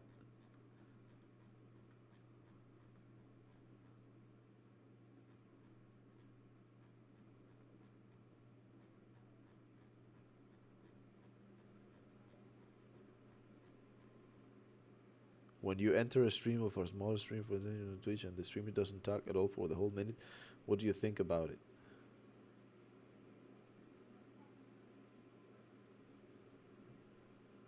Yeah.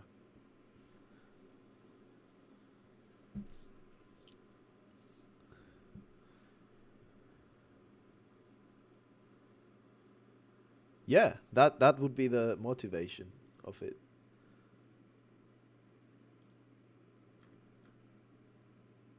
That would be nice.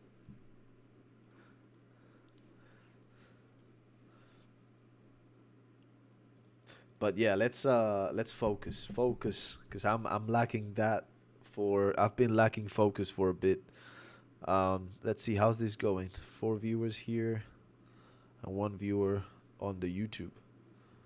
Who's seeing me on YouTube?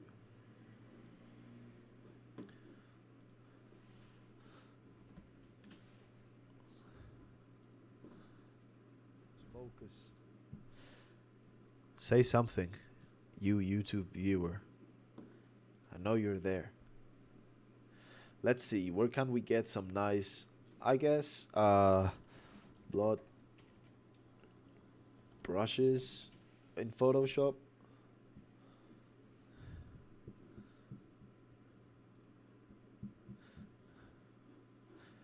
But yeah, dude, that would be a nice motive, I think. Like someone stole my organs. It's time to get them back. You know what I mean? Would be nice. Um, let's see.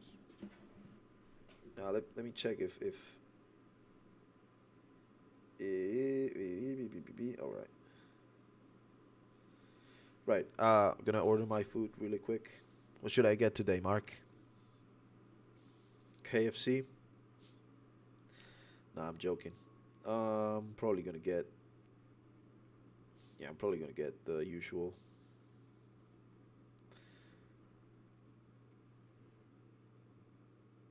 My good old healthy pita.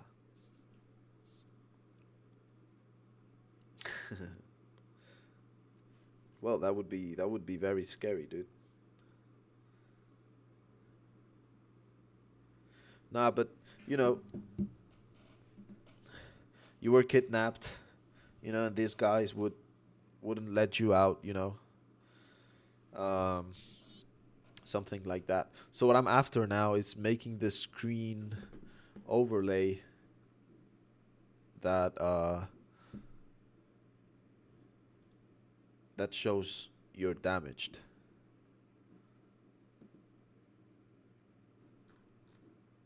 Oh, and you need to heal too. Hmm, that's interesting.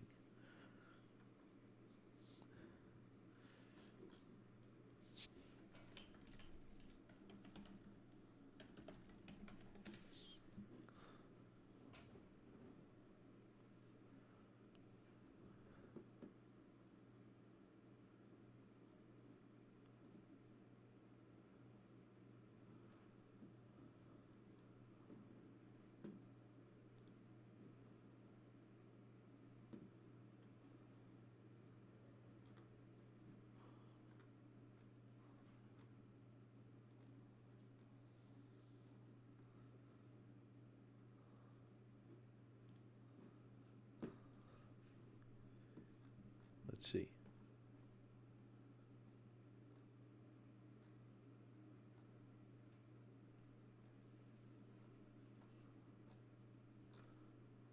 Yo, this would be so fucking cool though.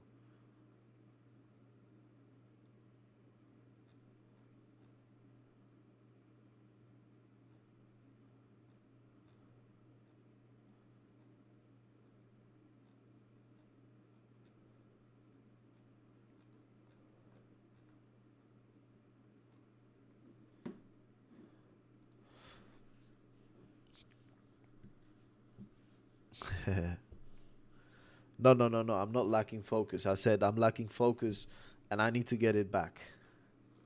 So that's important. You missed the important part of it.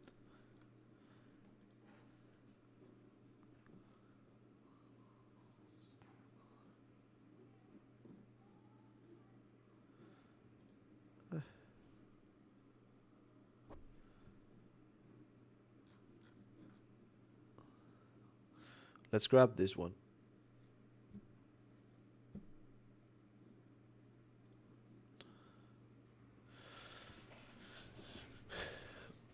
Hopefully I don't get a virus. It's too small. But blood vignette.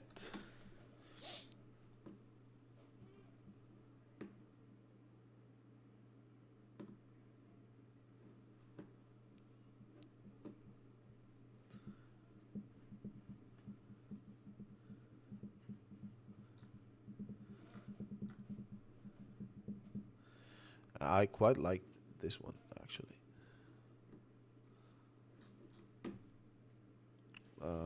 Liquid vignette. So textured vignette. Could use something like this. Yeah, it's got marks.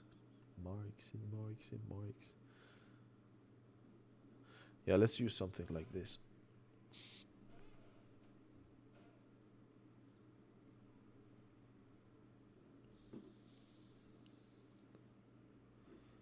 Just leave me alone, dude. Oh, come on.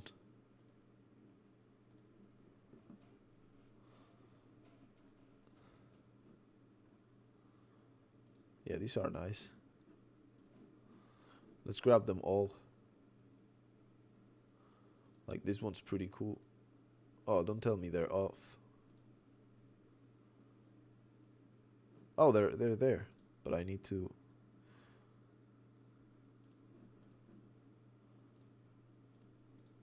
Yeah, okay. So one. Then let's grab a different one just for overlay. Let's save him as.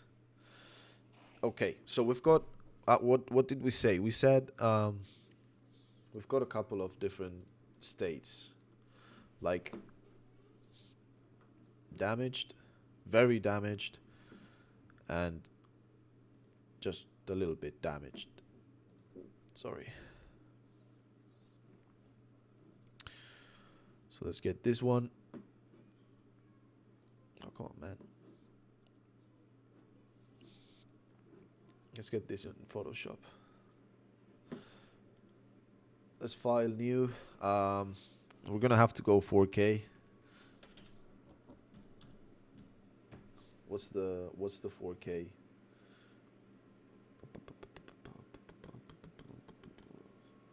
This one. Hopefully I can... Oh, these are big. Nice. Okay, I'm gonna have to do some stuff to them though. Okay. Let's make this big. Like, I don't know, just a little bit. You took a hit, you know. This is like the one you took a hit. Let's see, where's my stream? Here. Okay. And I need to invert this, so levels. Okay, let's do this manually then. Right. So you took a hit. And there's a little bit of you're a little bit damaged. Yeah, I would say this is a good first state. Actually, first state would be nothing.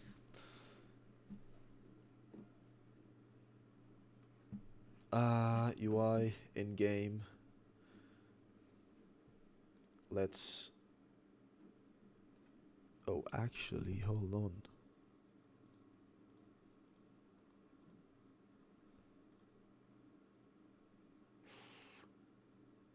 Right, I need to make it transparent.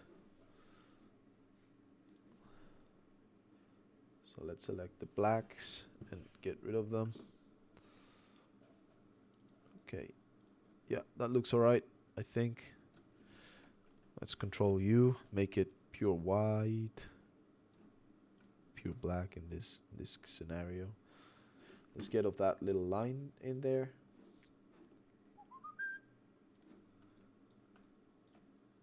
Yep, that one. And save.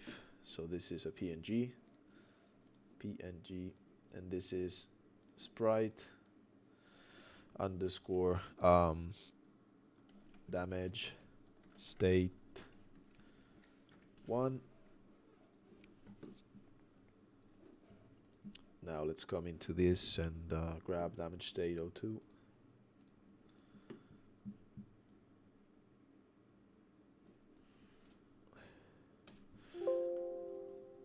Okay. This one's quite small. I could even use the same state as before this one, and make it the normal size.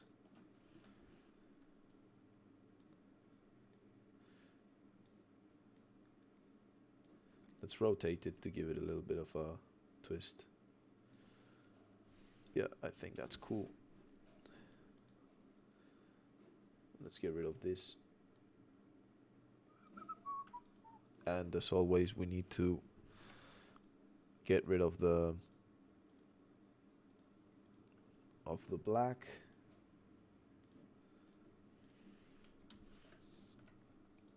Oops.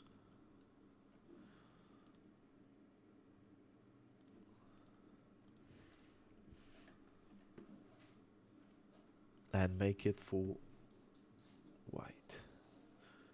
So that's state. What? State 1, state 2. Perfect.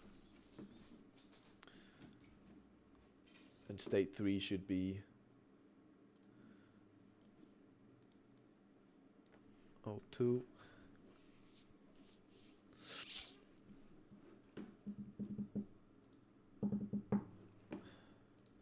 Let's grab state 3. I think this one I liked. Yeah, I like it.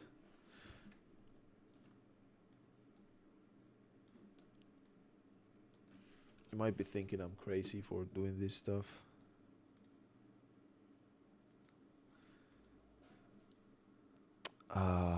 Yeah, let's activate this one. Oh, that's not good.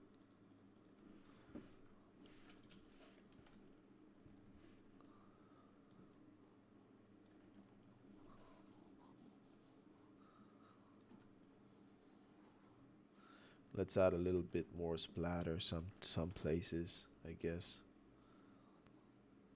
Well, actually,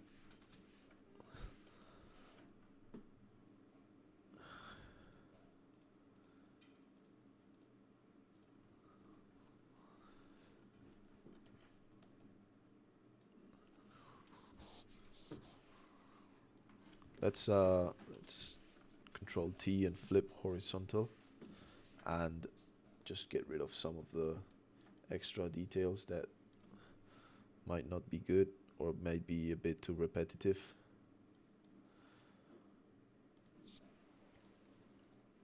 Yeah, like, oops, no, I don't want to do that.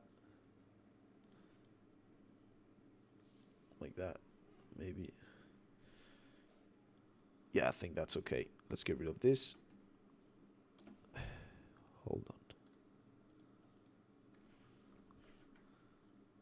There you go.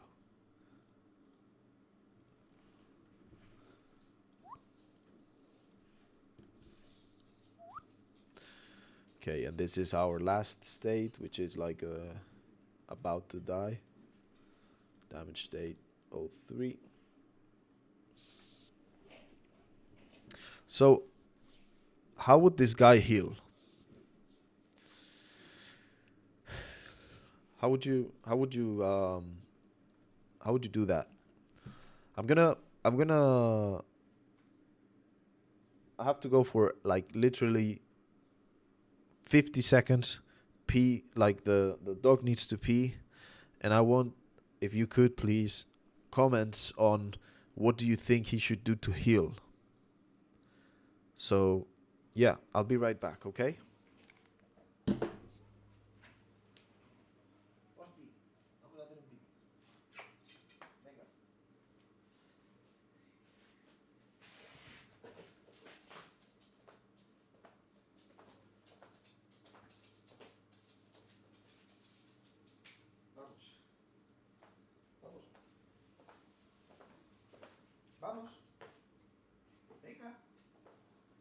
Pero, no. No, no, no, no, no. Ven aquí. Ven aquí. Pesado, tío. Vamos.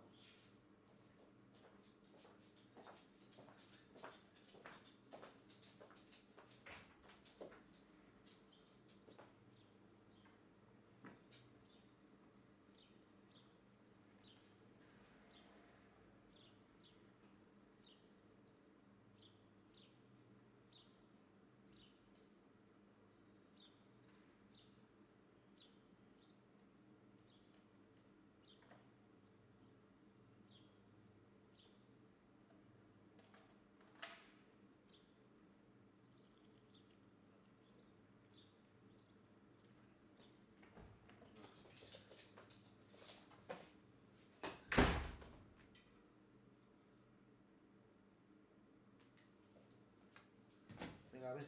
Sube. Venga. Venga, entra. Entra.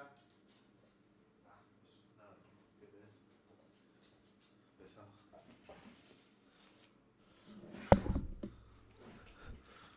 Oh, come on, Mark.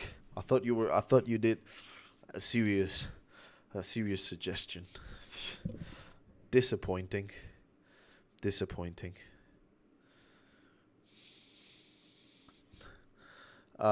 He could.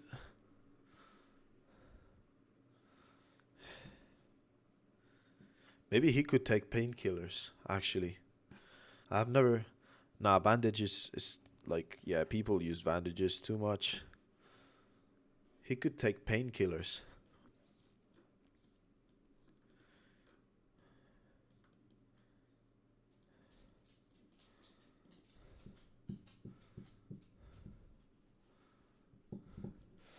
Right. So on update, we're gonna have three states. So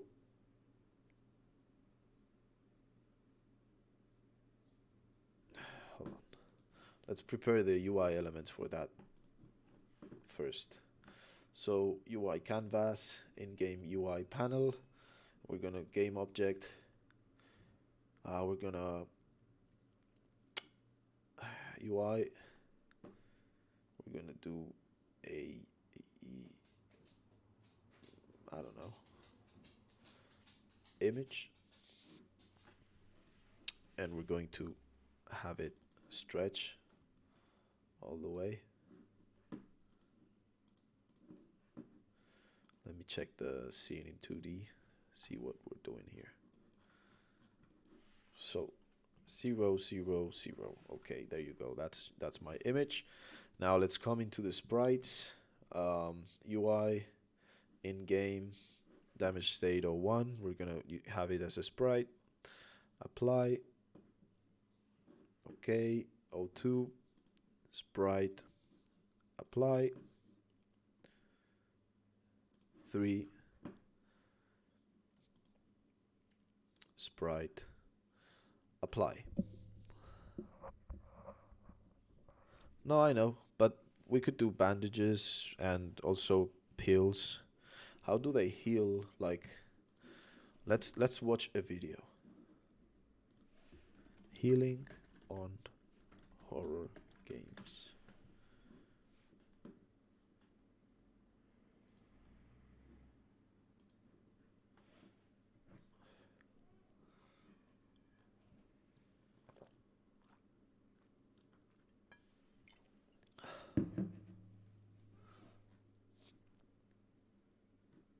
Roast chicken from the trash.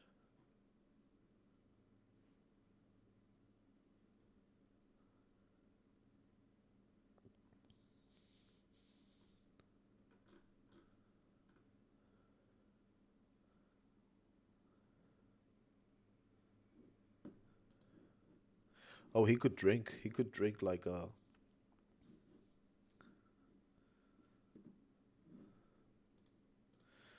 He could drink like a syrup, like a.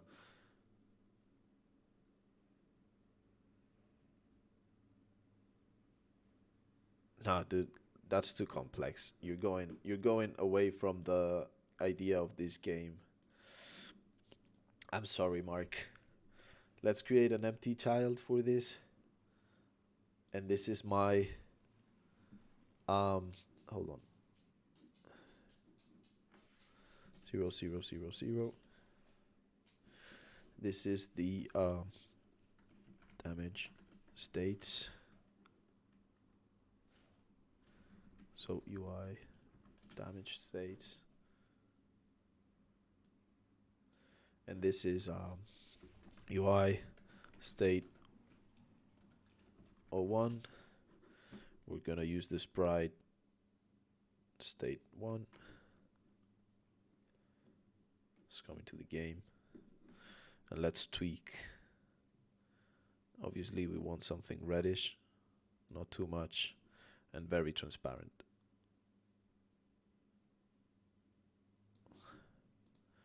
It looks like crap.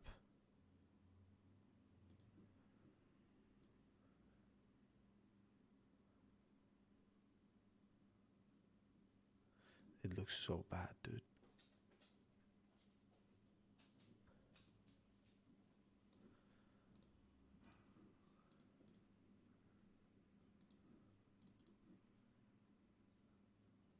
I mean, state 3 looks good. I like it. Looks alright. Okay, so let's do state 1.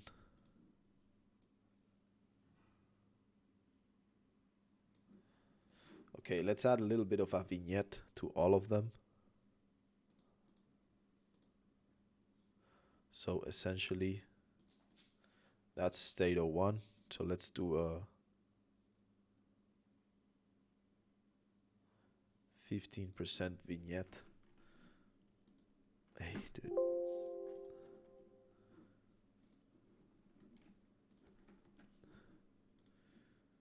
PNG. Like an armor is not a bad idea. The thing is that it would be too complex for like the game. And you know, with this game, what I want to achieve is something relatively fast, and that, you know, I could polish relatively fast as well. It's my first solo game, so we need to make sure the scope is realistic. That's my thing.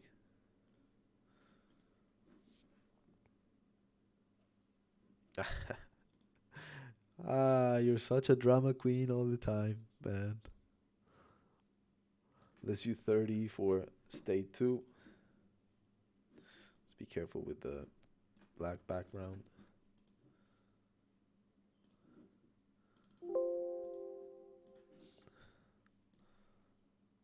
And let's go nuts with the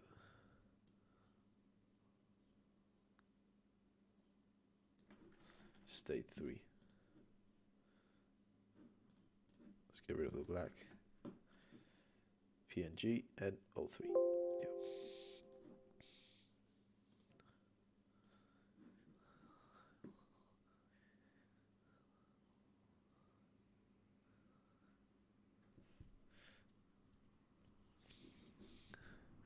There's too much information. That's why I'm almost trying to hide some information with the opacity here on in the engine, and that's because I don't really like this. So I am going to mask it out. This was a 15%.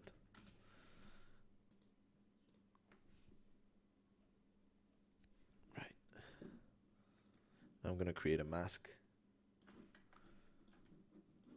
I'm gonna paint black on some of the areas that I don't really like.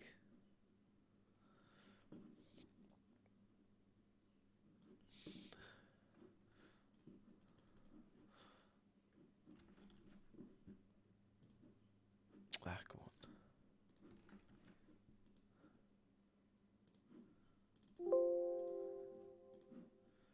There you go. Yeah, that's better for like a first hit. You know, you got a bit of a red you know, information around you telling you that yeah, you've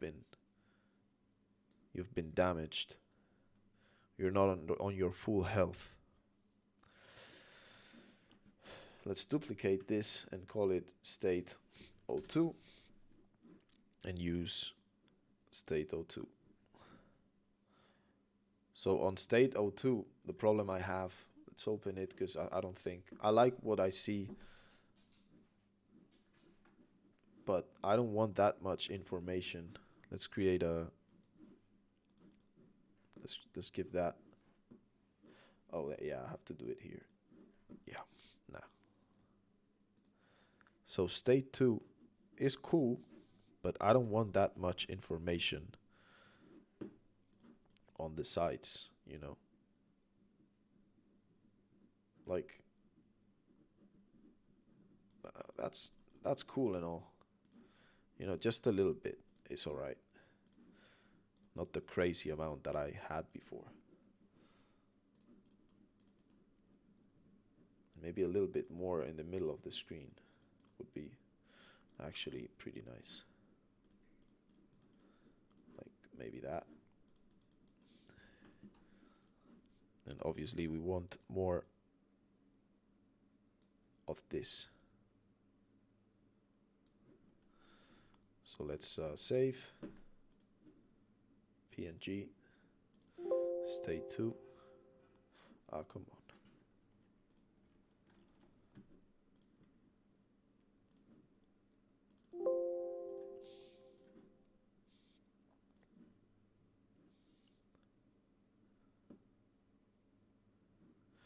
Yeah, we've got a little bit of a more obvious, still too obvious. I think it's this. So let's bring this back to 25, 26, yeah. And let's get rid of that.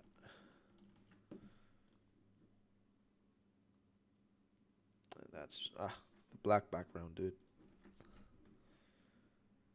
PNG, damage state O2. Let's see. Yeah, that's pretty cool.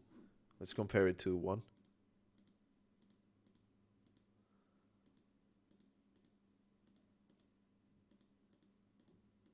Can you all see the difference? Like I think it's there. Yeah, that's better now. And state 3, let's see how it looks.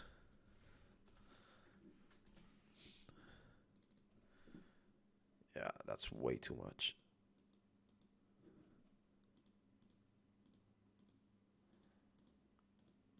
But yeah, bringing that, you know. Actually, on state 3, we could bring in like leaking video overlay.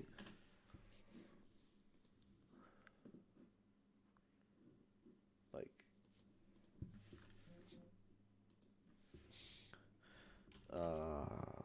liquid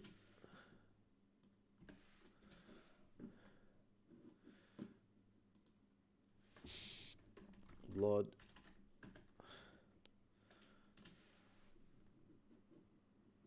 let's do blood screen overlay A.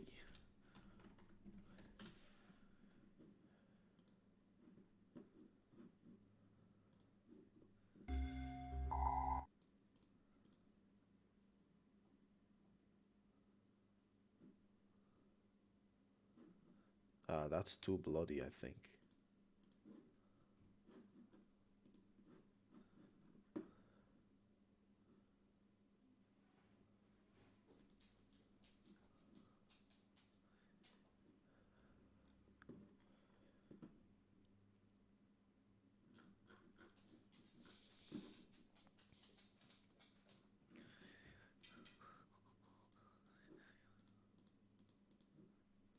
I don't know.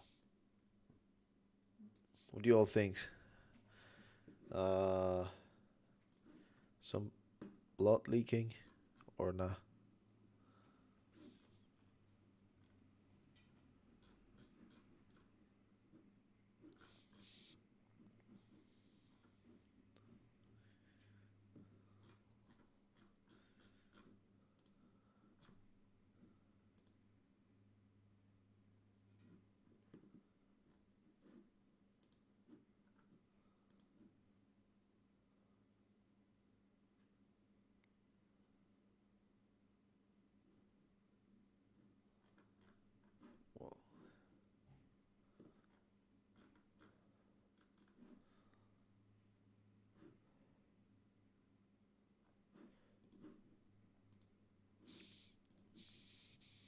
I don't know, dude. Maybe that's fine, and we just need to. Like, we just need to make state 2 a little less obvious.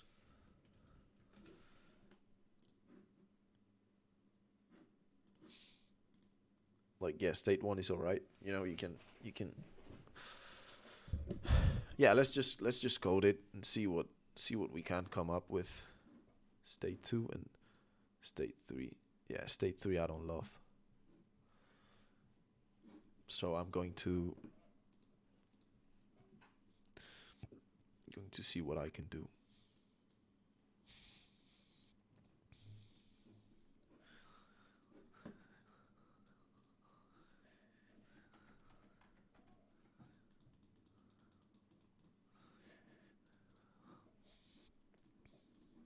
I could actually turn these around and save this as PNG state 3. Whoa. Okay. Yeah, I think that's better. But it needs more. So 0.5.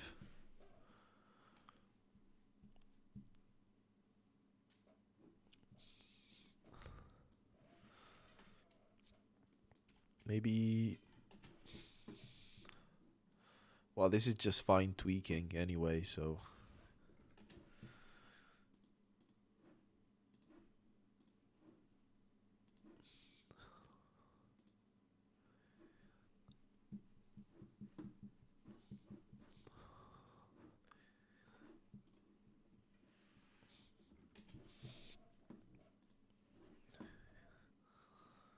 Let's see. Yeah, now we need to bring this up. 0.5 is good. Okay, let's code it.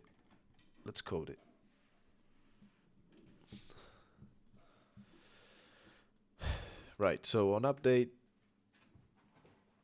we're gonna branch, and basically we're gonna play with these values. If health, let's grab health from the player.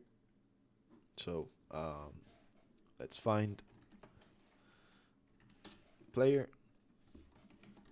and let's get object variable. Oh, actually, this is on the player. Okay, then we need to find on the UI. So let's find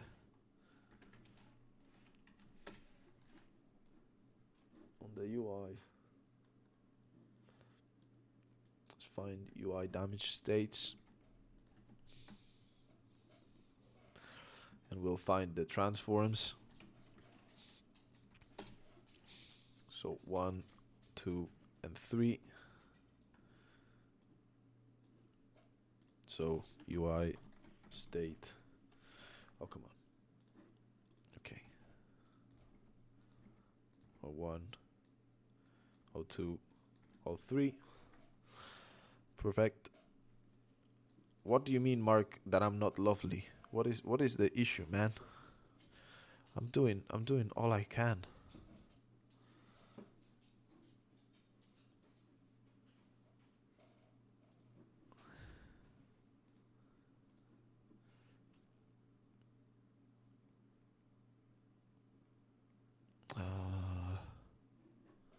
Yeah, so UI damage states.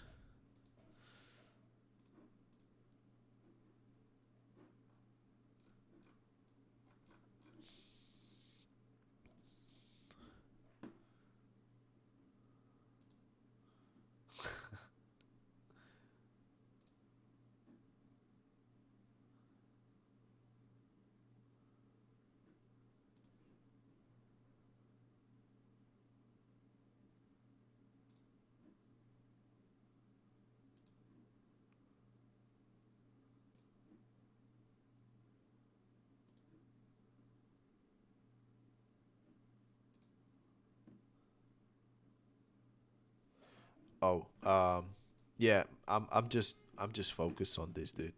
I'm sorry that I can't be there as much as you want me to, but yeah. Okay, when health equals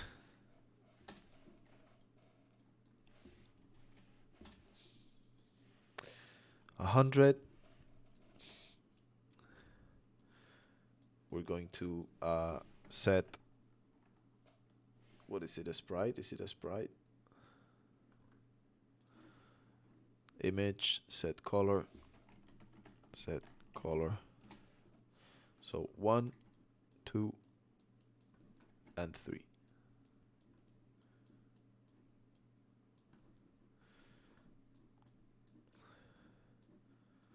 One, 2, and 3. Oops. And we make this transparent. So when health is full, nothing, we see nothing. If it's false, we're gonna branch again, and we're gonna do health is less than, or is less or equal to 75. Oh, by the way, we need to clamp the health to a minimum of 0. So let's clamp maximum 100, minimum 0. So when health is less or equal to 75, I mean, if we're doing 25 by 25, we actually should do equal 25, equal 75. So if it's equal to 75,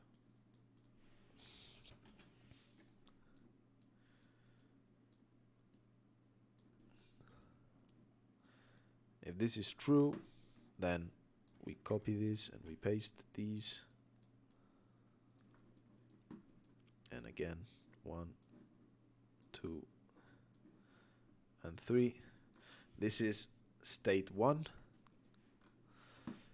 So we grab state 1. Let's see, what do we need? So that's state 3.25, state 2.25, and state 1 is what? 0.5, and 4b, whatever, I'll copy the hex code, and it's 0.5. Right, if it's false, then we check again if it's equal to 50. Oh, actually, hold on, no, this is equal to 50, no, 75. Yeah, 75. This is 50, yeah. This is gonna be very spaghetti, but you know, we'll try to do something to sort that problem out. So if it's equal to 50, then we come into the, we set this to 0.5 again, yeah, and then hold on, 0.5, and then what if I do 0.5 here? No, it looks too much.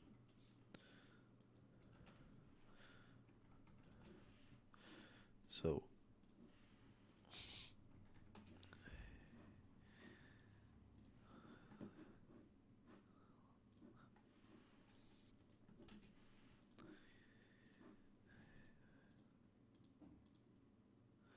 now this needs more. This needs 0.35 maybe. No, 0.5. Yeah, 0.5. Okay. Oh my.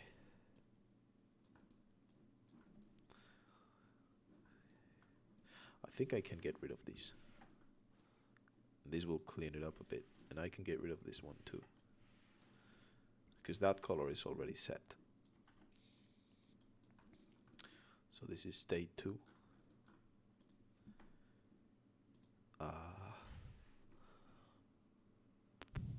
What's the color? Yeah, and it's 0.5, right? We said. Yeah. And then if this is false, it means that the health is lower than 50. So state 3 should be how much?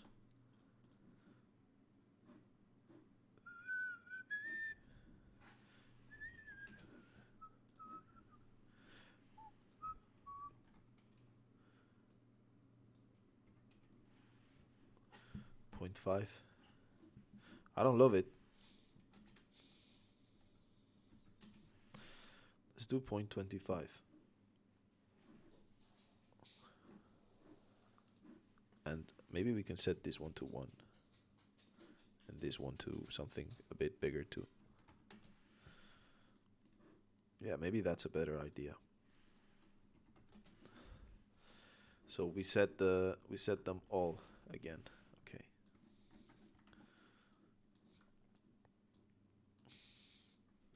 Let's see. So 1, 2, and 3.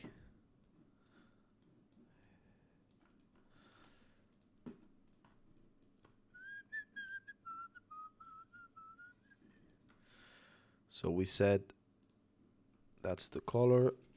So let's set the colors first.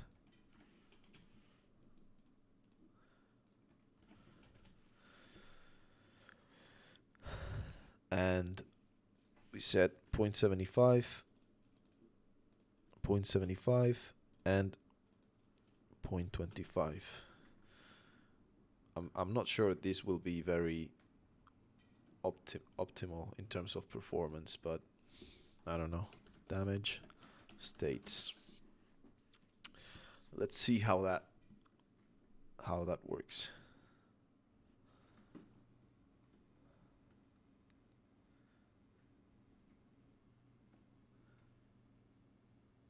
Come get me. Oh shit. Oh shit. That actually doesn't look wrong. What the fuck? That's nice.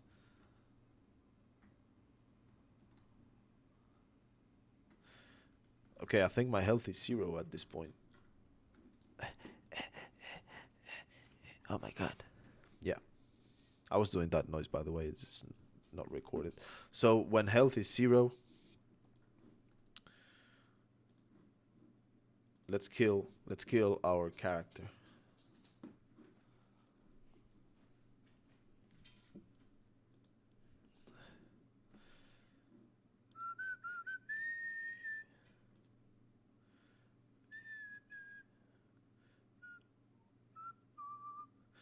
Huh. Give me a sec, guys. I think my food is close.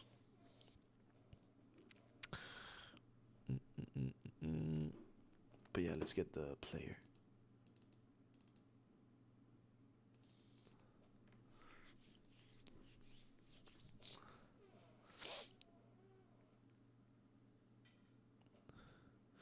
Yeah, I don't know. We'll do something. We'll polish it. We'll polish it. I want to do the healing too, though.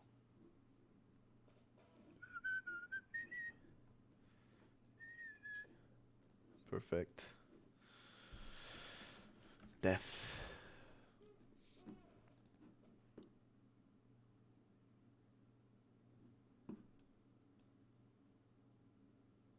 Yeah, it's probably a good death.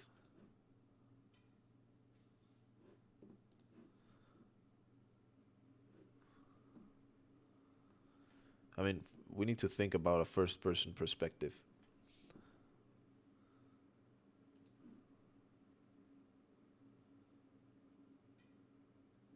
So the camera there will be looking to the side.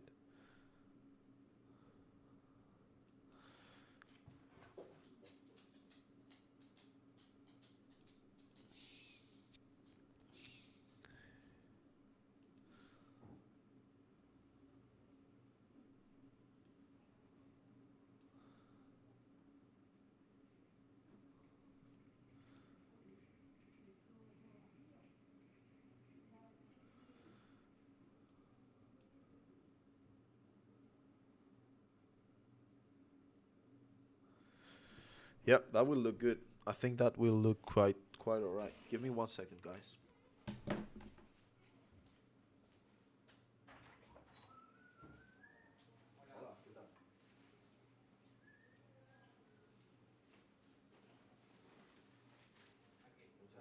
Buen día, adiós.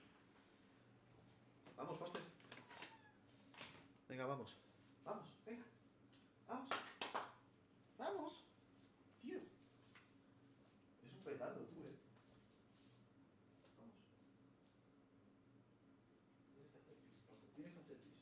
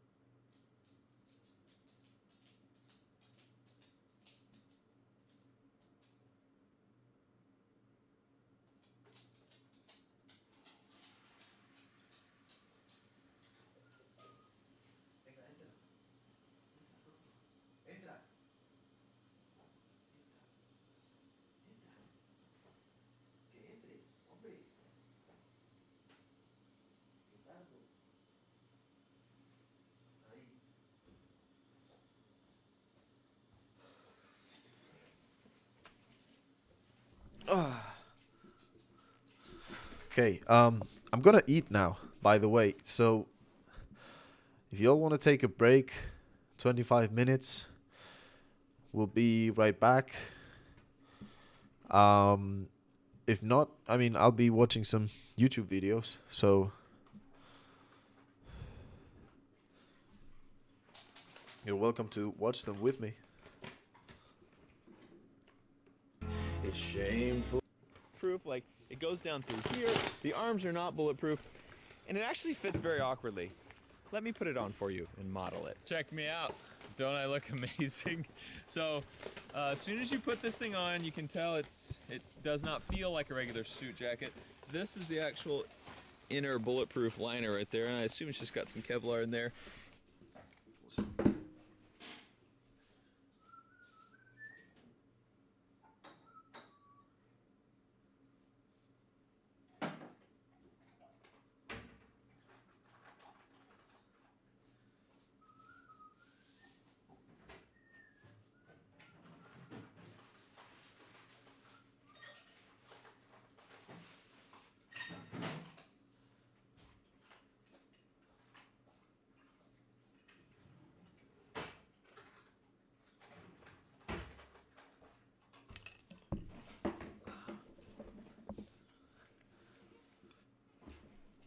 They basically took a Kevlar vest and just stitched a jacket over it. That's as fancy as it got. If you wore this anywhere, everyone would be like, what is wrong with you? Because it just looks strange. Also, this is a large, which should fit me. I'm a normal sized human, and I normally wear large things. So anyway, either my muscles are much bigger than normal, or they make people way smaller over in Israel, because this thing does not fit a large person.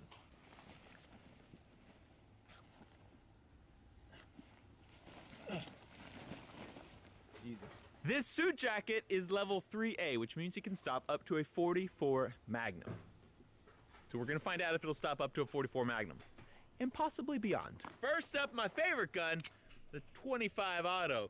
We're gonna be firing at his left His right, my left side of Mr. Blue Man Group over here.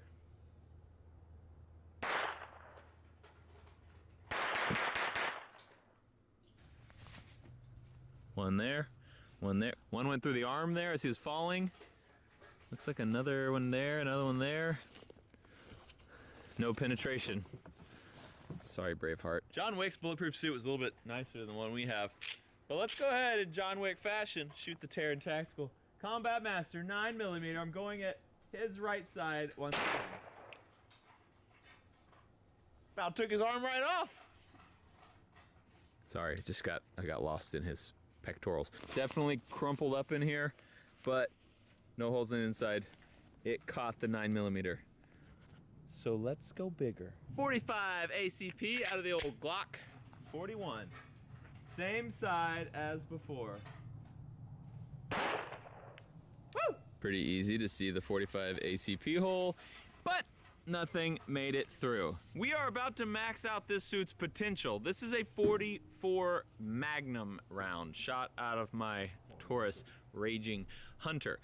But I paid $600 for this stupid suit just to destroy it for you guys. So I have to say thanks to our sponsor, SimpliSafe. SimpliSafe is incredibly effective.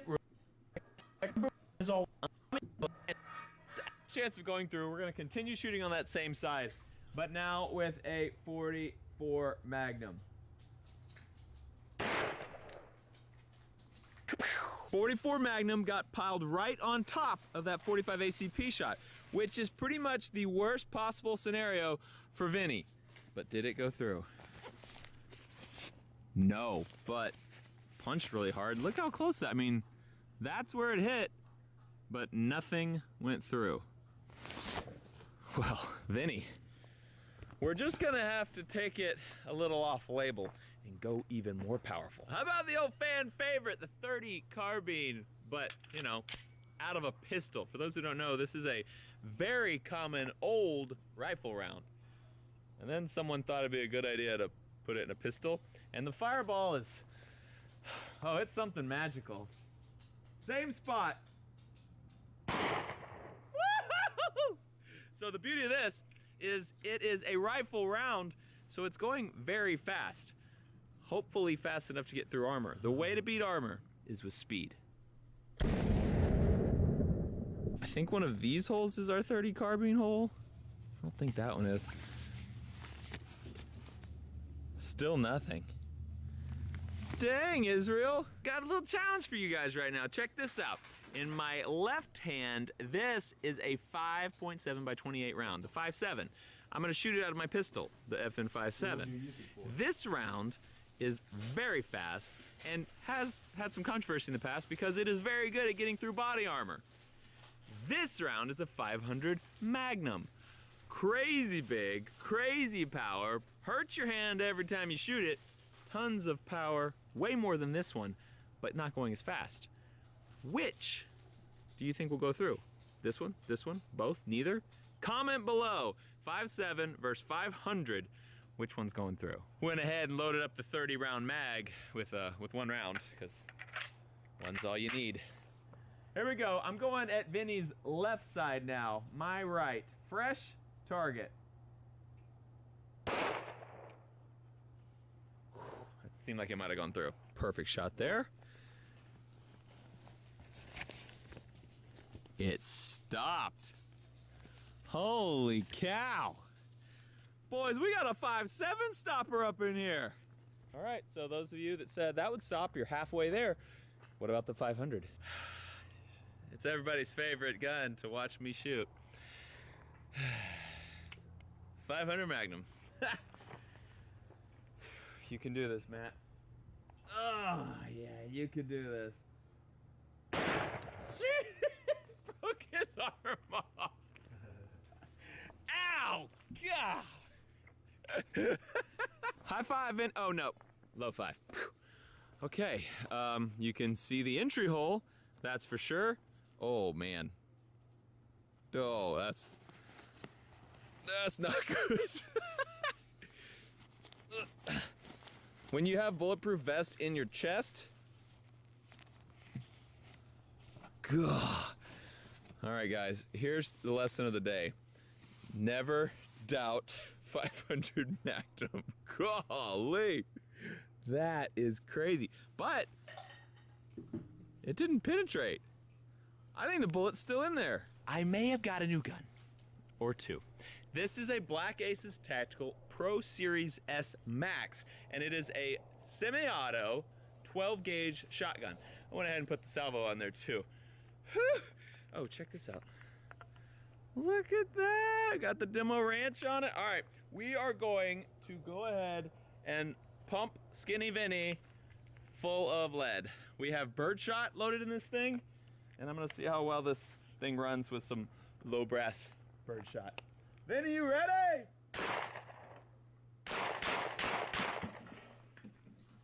He wasn't ready. You gotta admit, that's a good looking package. So I knew birdshot wasn't going to penetrate it, but I thought maybe we can just beat it up enough that later rounds will start making it through. How do we do? So this is the outside of it. This was the actual suit. Just like I said, they just kind of put a suit jacket over a bulletproof vest. It actually tore it up pretty good. And what does the inside look like? Perfectly fine. That's okay. We've got double-aught buckshot too. Did you like what I was doing with the sun there? It looked really cool. My other new gun is also from Black Aces Tactical. It's also a shotgun. You can see it's silver and black. And it's a lever action shotgun. I've actually never fired a lever action shotgun before. All right, we have her loaded up with double-aught buckshot. I have a feeling his top may come off of his bottom, like last time. All right. Here we go, Vincent! Still alive? Just disrobed him. No, I can't. Oh no. Vincent! Figured out what those are. That's when it was turned sideways and I fired one into the side of it. Nothing actually went through and hit Vincent. Yeah, those were hit from this side. So I don't think anything actually went through. Those were all hit like this. Here is where those double-aught pellets from the back hit. All stopped. 1 ounce slug, 1,560 feet per second. I don't think it's gonna go through either. Let's go at his upper right shoulder area. Oh, God, that hit hard. This is kind of cool. Where did it hit? Vincent. There's our slug. So this is where the 500 Magnum came through. You can see it pulled all of that Kevlar with it. Same deal on the slug. The slug is still in there. I can feel it right here. A big hard piece of metal. But it is not Vincent. Oh no. Oh no. So just because the bullet doesn't go in him doesn't mean it doesn't punch him really hard and cave in his back. Okay, I'll give it to him. That thing stops stuff, a lot of stuff. We shot it with everything it said it would stop, it stopped it. We shot it with way more, and it stopped it. But it can't stop everything. This is the Maxim PDX chambered in 7.62x39. It is a rifle round going very fast. Even though it shot out of this pistol, it will still go straight through that armor. It should. We're gonna go bottom right. And where is it? Right here. That's our hit. That's our hit. Straight through. Take that, jacket. Can't stop them all. It looks good, right? I mean, once you shoot Kevlar, it gets a bit deformed and doesn't flatten out anymore. But I feel like I'd go to the party and I'd look totally fine. No one would know that something was up. Merry Christmas to all of you. I hope Santa brings you lots of guns. I just hope your whole tree is covered in guns when you wake up in the morning. That would be my perfect Christmas.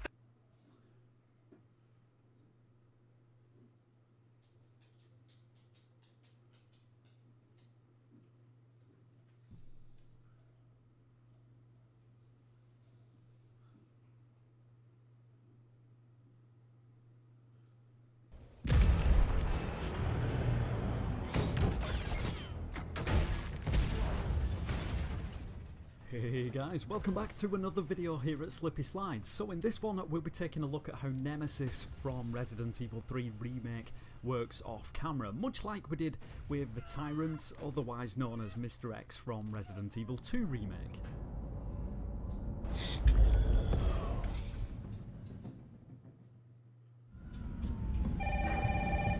So to start off with, we're going back to his grand entrance at Jill's apartment. Now, I'm sure a lot of you, especially if you've seen some of my other behind the scenes videos, will have probably already guessed Nemesis is fairly scripted during this game, unlike Tyrant, who we found walks the halls of the RPD.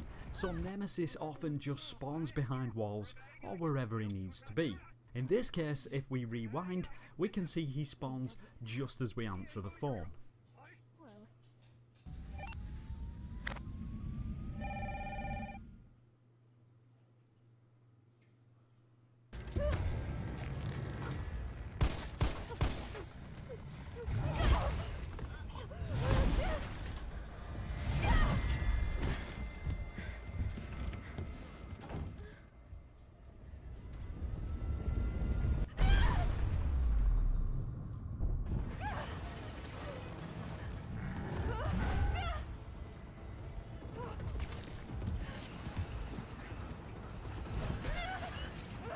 Yeah, I do.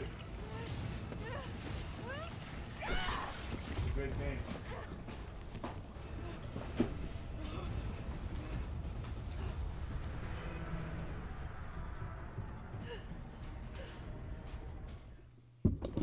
So knowing that Nemesis spawns practically just before every scene he enters may be a bit of a letdown. It also made it pretty difficult to create this video as we don't see much of him off camera. However, there are a couple of interesting topics I'd like to cover. For instance, how his I did play the tentacle game. works. For example, during the car park scene, It was if great. it take too long to get Ethan's car started, where does this thing come from? As you'll see, quite often the tentacle is not attached to his body. In Can fact, you hear me now? sometimes Yeah? you'll see later in the video, his body isn't even present.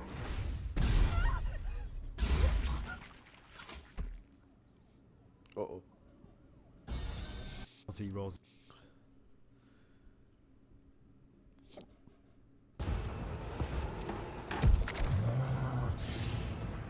However, seeing him jump back up can be a little awkward as he only seems to perform this off camera. So I just wanted to show how high he goes when doing this, so here it is frame by frame.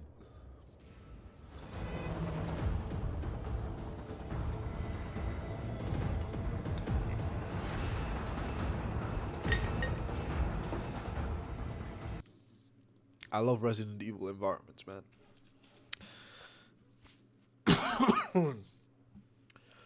Sorry.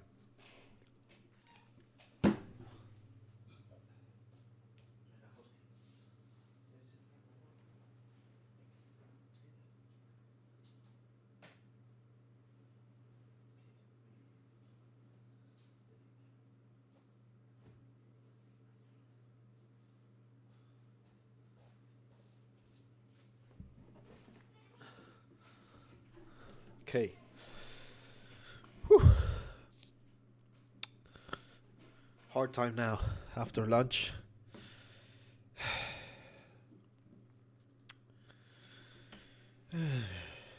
Okay. Let's get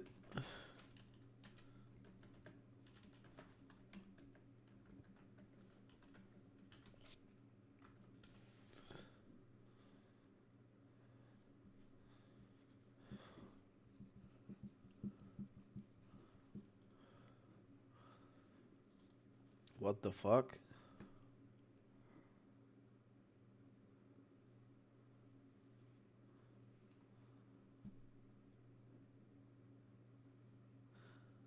What?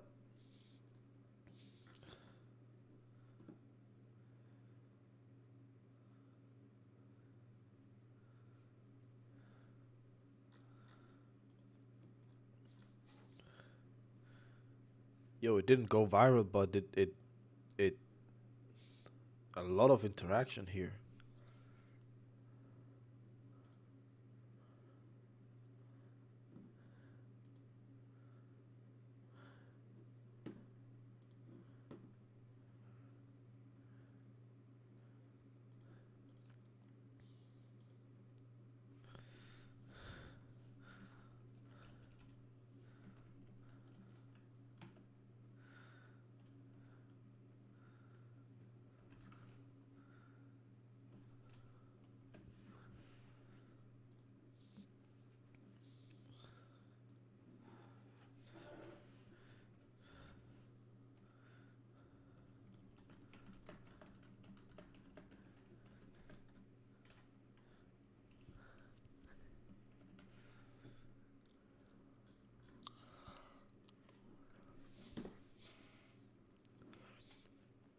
Oh. Chill. Sorry about that.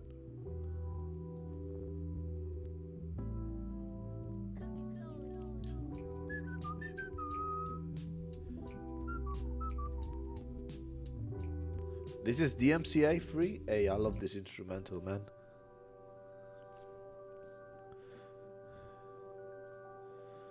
Right.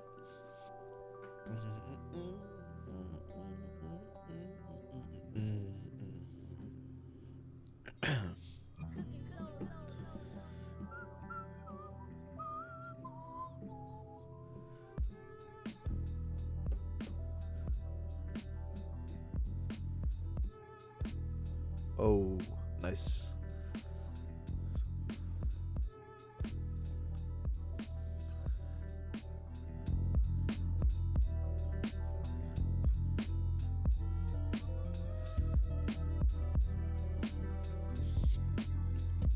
Well, thank you, Cooking Soul, for this, man.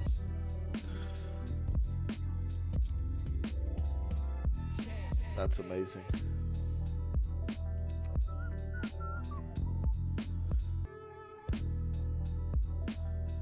Oh, this one's also...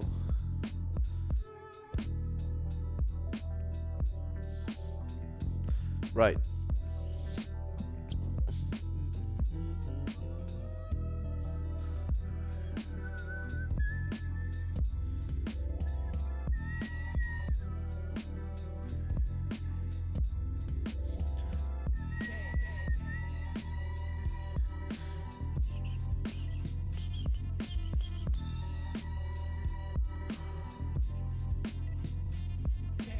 Let's get the death animations going.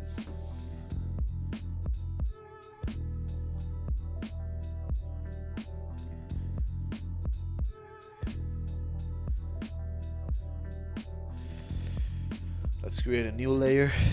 And this is gonna be death. Let's copy base and paste it on death. Yo, it's really distracting when I really like the music. We'll have it on the background though. I can't speak, I want to hear it, you know? But yeah, whatever. Let's see. Right, so death. It's not masked, it happens everywhere.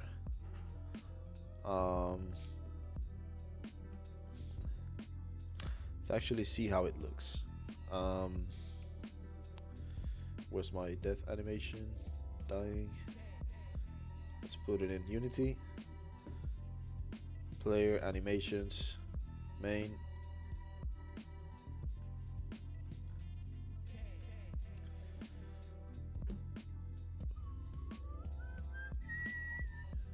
So this is player death. Player death. There you go. Humanoid.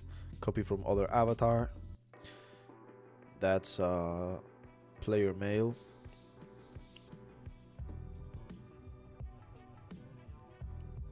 Let's play this one.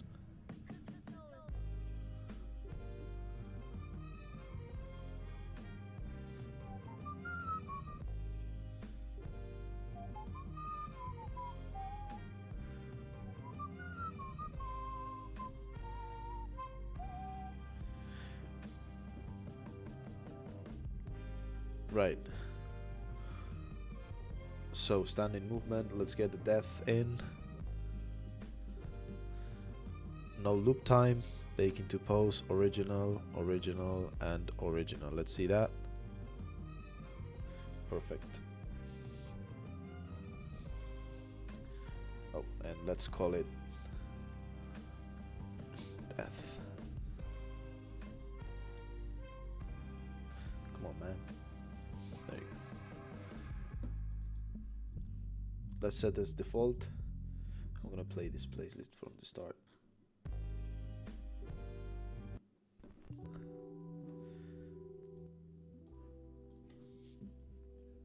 Right, and now when I play, it should just die.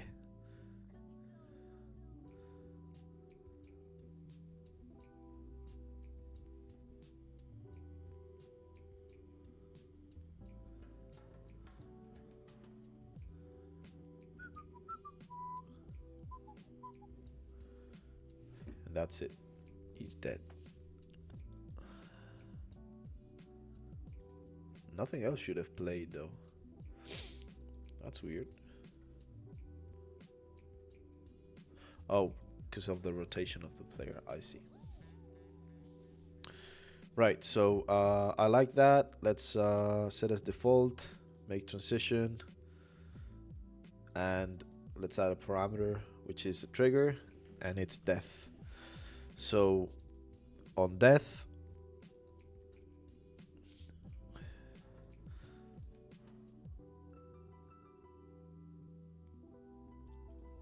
die, you know?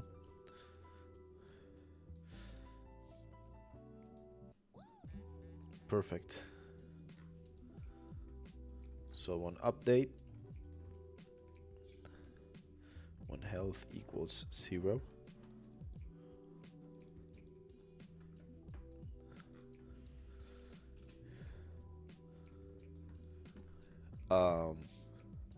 we're gonna do animator, set trigger,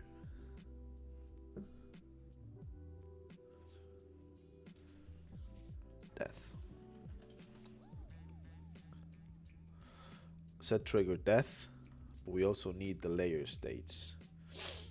So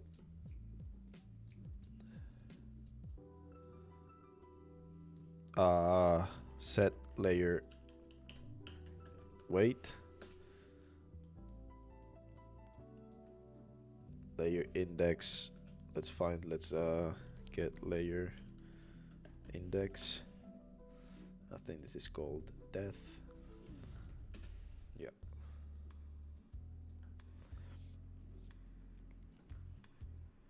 So this is the death trigger.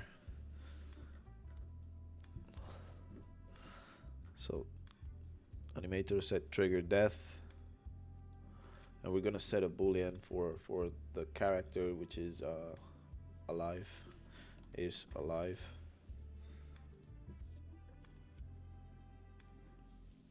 So let's set. Well, actually, I could.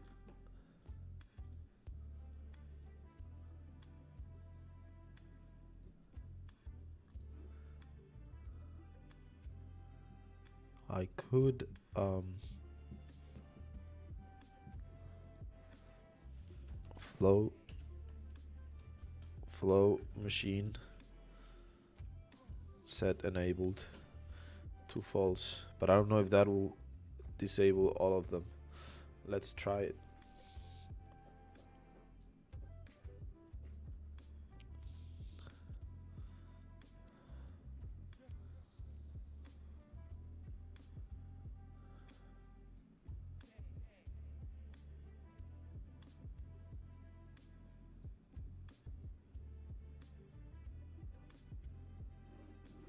Yep, it disables everything. Oh, it disables the controls, so that's nice. We're dead. Perfect.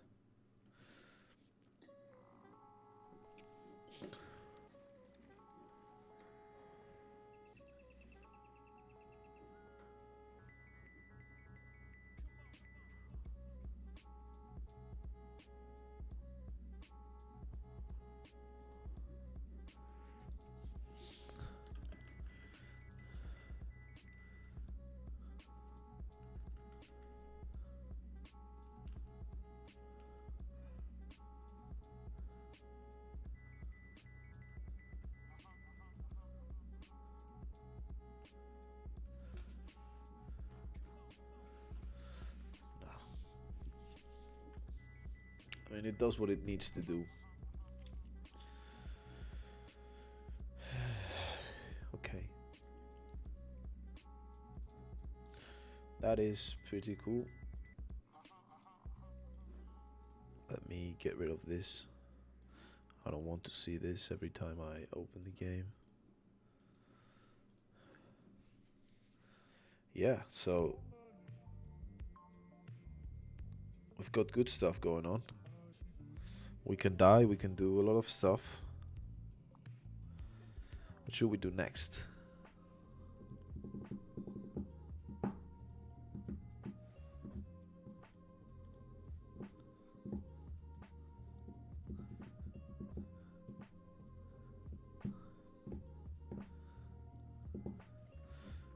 Apart from saving.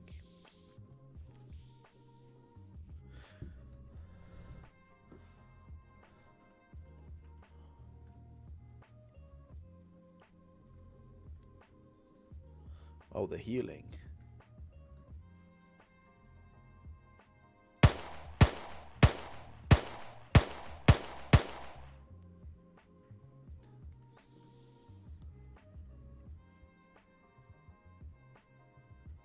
Right, he can't trigger.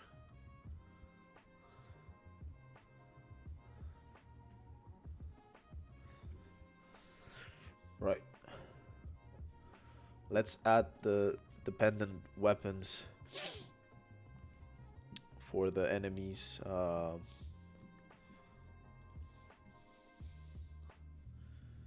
all the enemies' legs as well.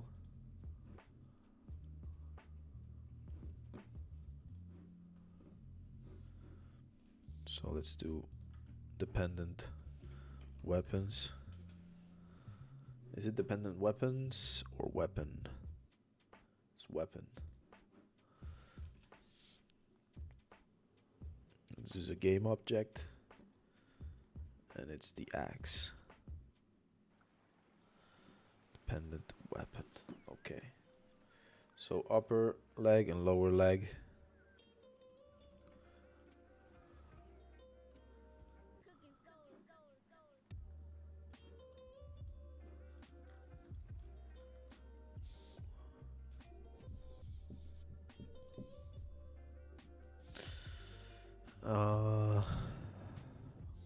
Mark, are you there?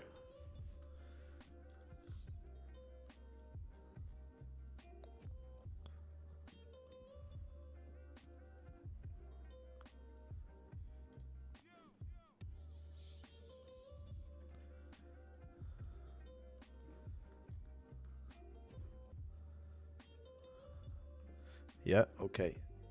Do you need any sort of advice for the environment? How is that going?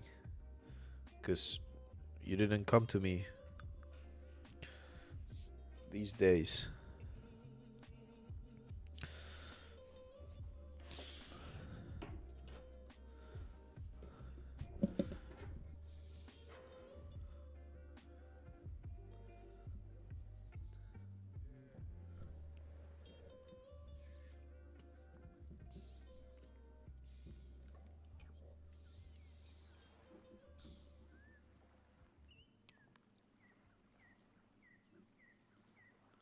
Oh.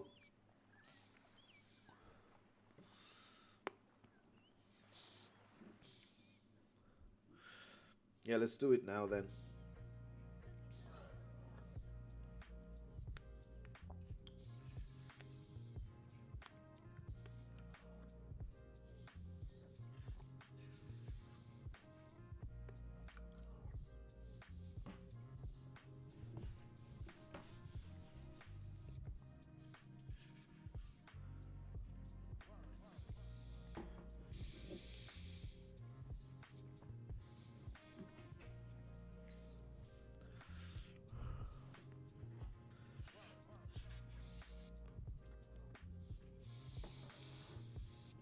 Okay, let me test this. Make sure it all works.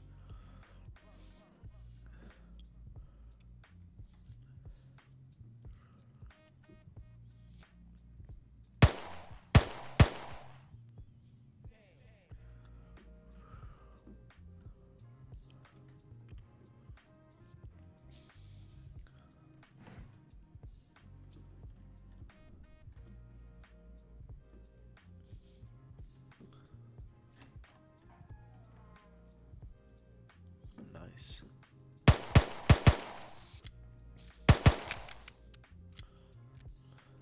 I love that. Okay. Yeah, call me, man.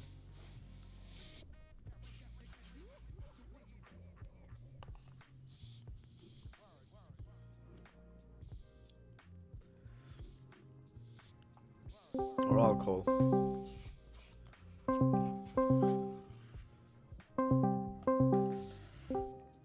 What's up? Hello, Avi. But do you want me to stop the stream? Well, it's up to you. I mean, you don't have to stop it if you don't want to stop it, but maybe it's a bit more convenient without it, but I don't mind. Okay. Um okay. Let's The I'm gonna be right back. I'm gonna do an intermission. Okay. Uh so I'll be right back.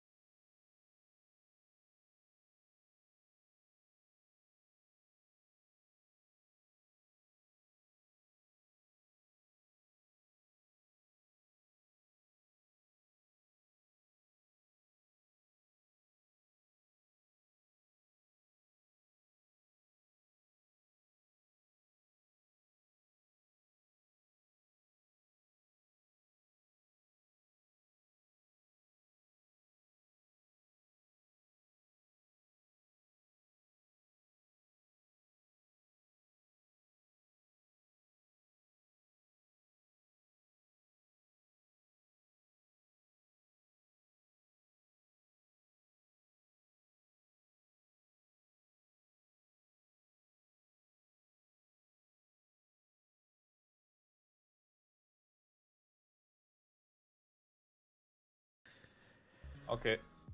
Okay, Mark. Well, we'll see you later. Okay. Yeah, and sorry, one thing Yeah. about the peeling you said. So the peeling, like modeling that, it's something I should do in this like now, I guess. So, Okay, Mark. Well. Yeah. We'll see you later. okay. Okay. Yeah. And it's just something I can add randomly and just apply the same texture on it, and that's it. So. Yes. Okay. Yeah. Okay. I think I have an idea. Okay. Yeah. Thank you very much. No problem, Mark. No problem. Okay. See you later, man. Yeah. Thank you Bye-bye. for the feedback. No Thank you, problem. Javi. Bye-bye. Bye. Okay. So let's continue with this.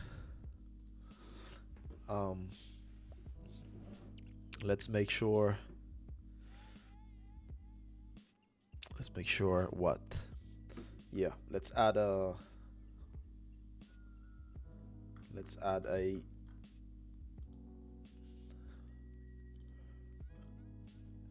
What do you call this? Game over. So let's add a game object, create empty, and we'll call this UI underscore game over 01A. Let's create a, let's come into the scene, make sure, you know, yeah, this should be rect transform. Let's remove this. Should be full 0 0 0 0 0.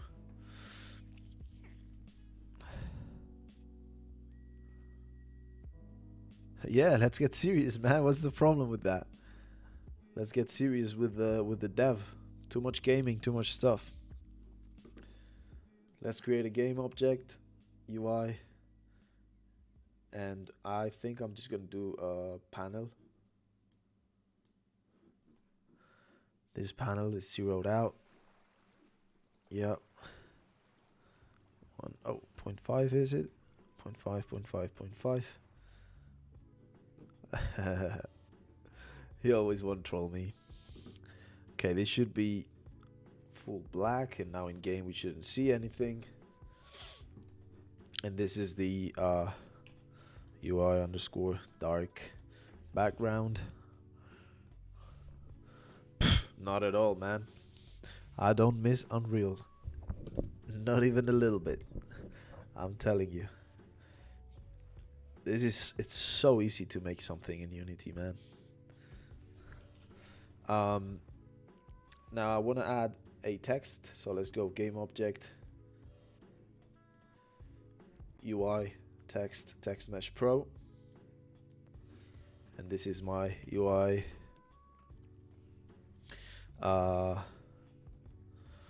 You died. Yeah, what'd you hear, man?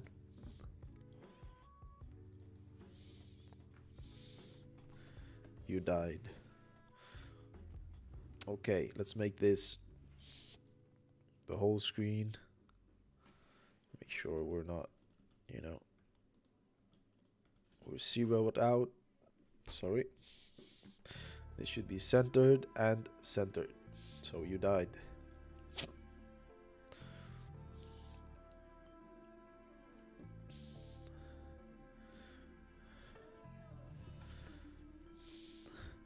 You are dead. How can I do this? What?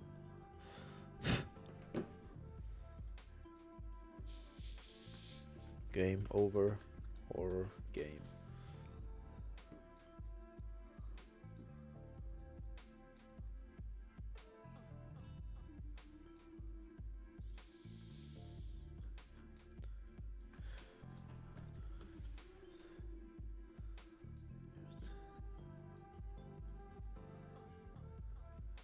Yeah, I guess you're dead is good.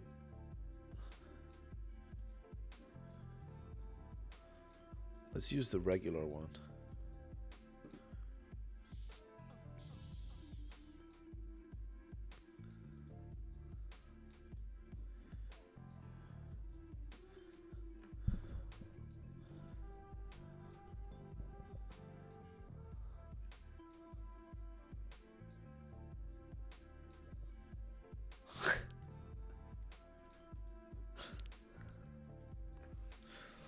Well, I don't know, man. I've been using Unreal for ages. I used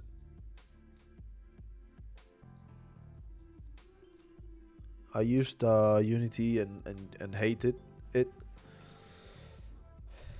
but man, it's the best.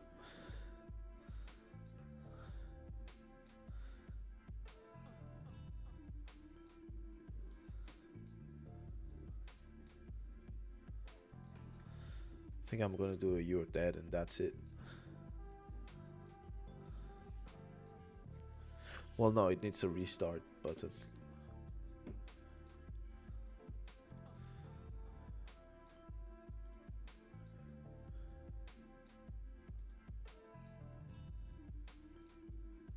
Like, is everything going to be there, or?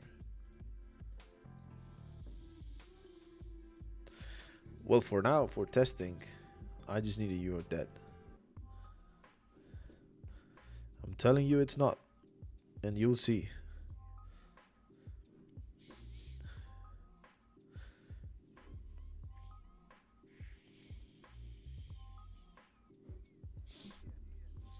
Okay, let's animate this. Let's add a component animation. Let's grab our animation here. Let's create a clip. Assets, content, UI, endgame, animations, and this is anim underscore game over 018. Okay, so we're gonna start. Where is it?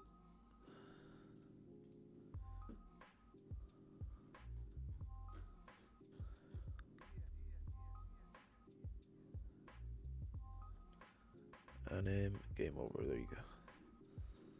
You don't play automatically.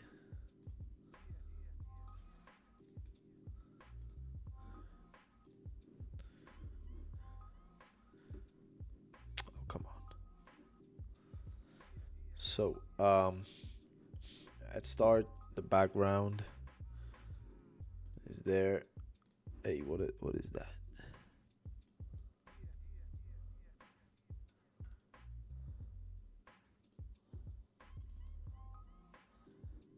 Come on. Image color and the text color. Then after 1 second, it goes white and it goes black. That's all I want. Well, actually, more. I want the text to have a character division. Oh, sorry.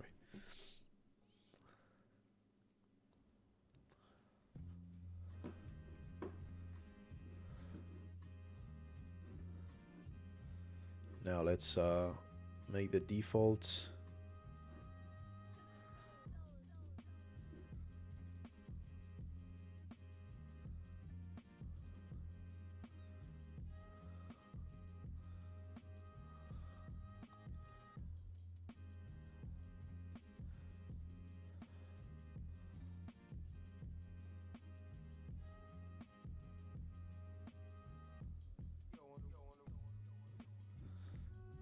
Okay, and let's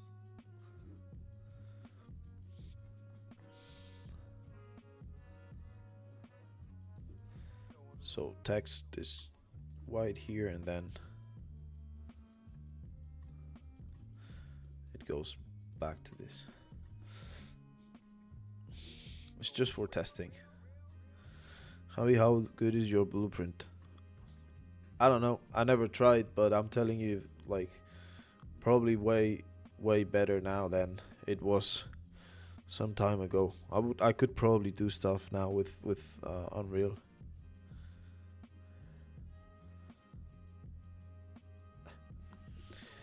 Okay, so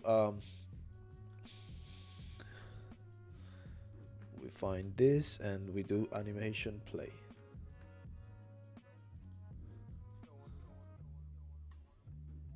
So this is the health. Then we wait for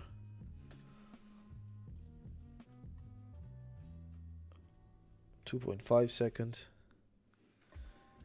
and animation, play, find. I don't think it would be too different to this at all. That's why I'm saying that. Didn't want to sound cocky. Okay. Let's see.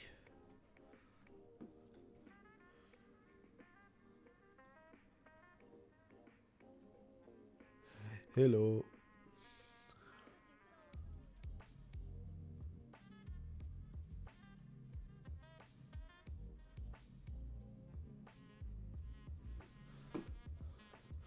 Okay, I need to wait more, 5 seconds maybe.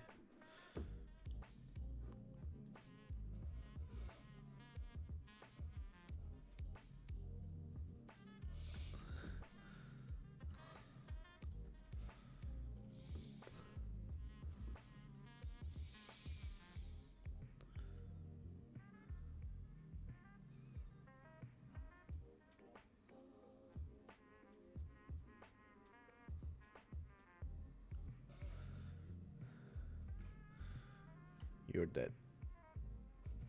Oh, it loops? Well, it should not.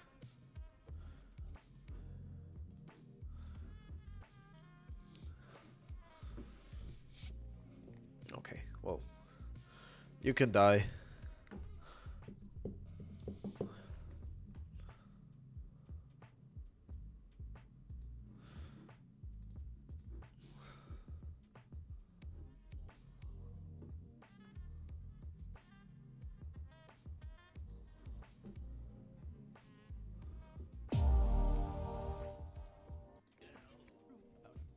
You already got to. Just pop them. Mixing action-adventure with survival horror, it's like the Jurassic Park video game Scissor Man.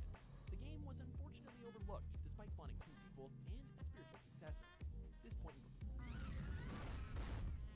when a prisoner is about to be executed for a crime he doesn't remember committing, the prison becomes a host of a plethora of supernatural entities. It sports a deep gameplay system with an insanity meter and moral choices that affect the game's ending, as well as fantastic creature design, each one based on a method of execution. It's a dark, thrilling adventure that never lets up. Come on, man. We may hate each other. We may die anyway. Razor, Candyman, and Hall of Paintings. There is the truth. Image becomes reality. Patrick must solve the mystery of the curse. Of course, gentlemen. All right.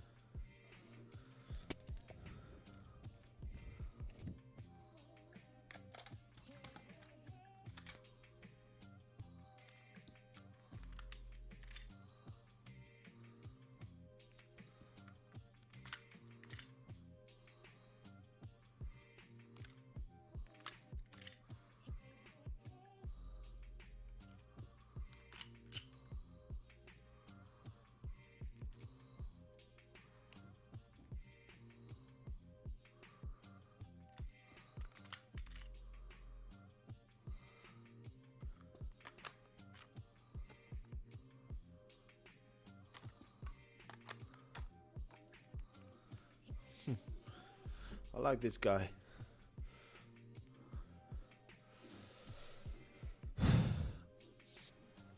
Okay.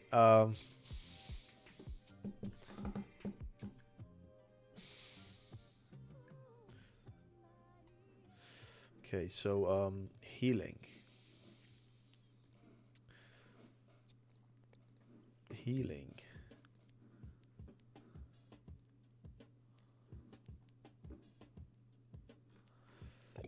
Sorry.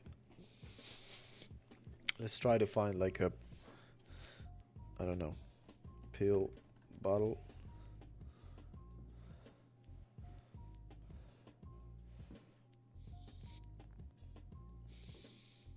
Or like just a bottle.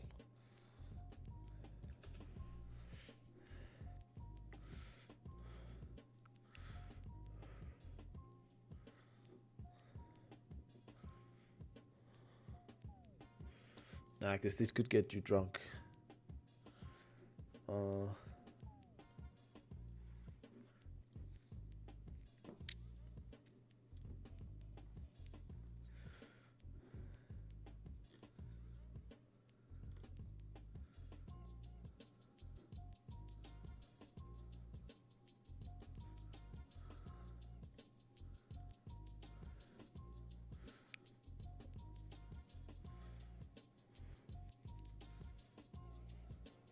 I need to think about this. But yeah, painkillers could be a good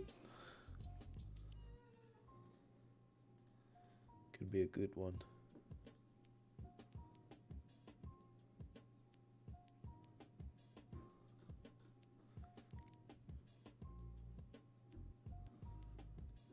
I don't know. We will see. For now, I think I'm gonna test a little bit.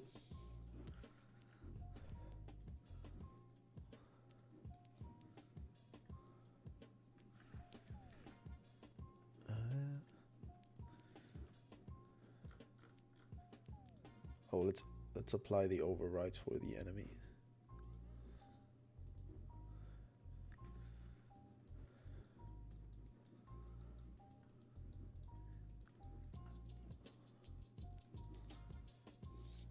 Let me see one thing. How's the enemy sleeping with the axe?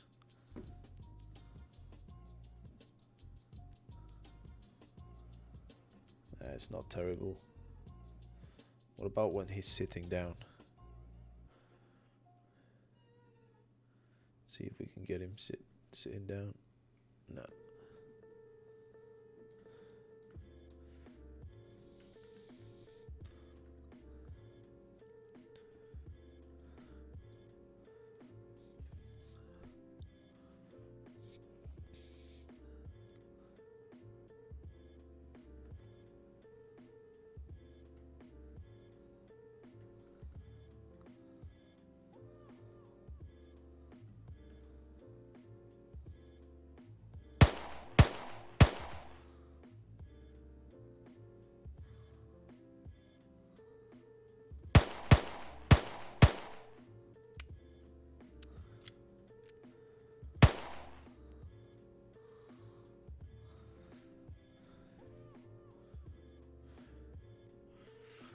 One sec, I'm gonna do something else here with the axe.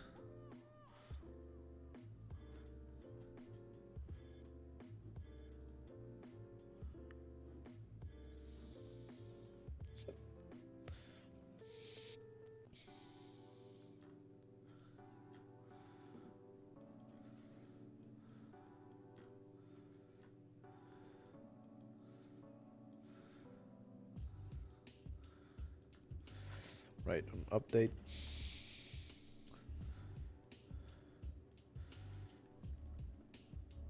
If is alive is false.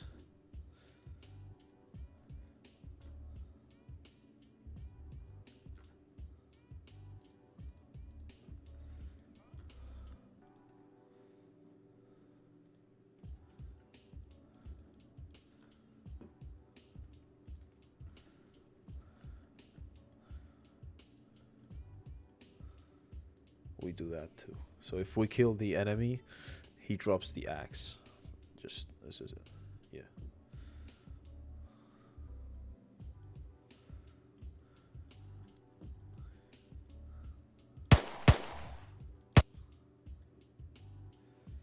Variable not found, dependent weapon. Right.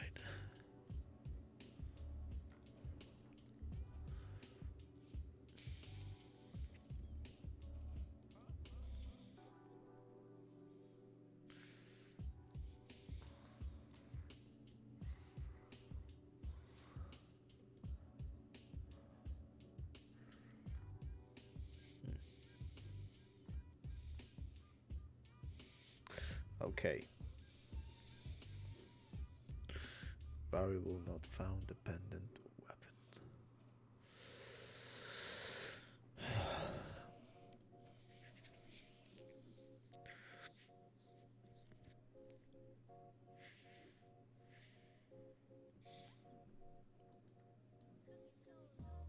Well, I guess I should just then add the dependent weapon. Hey.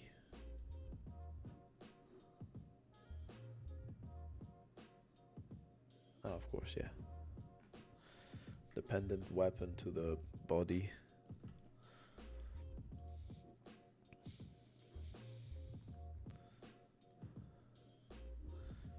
And to the head.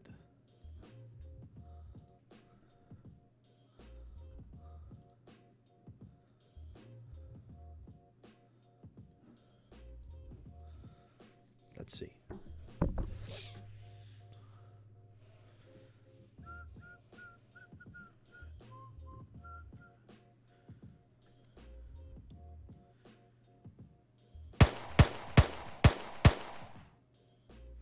Right, he drops it. Nice.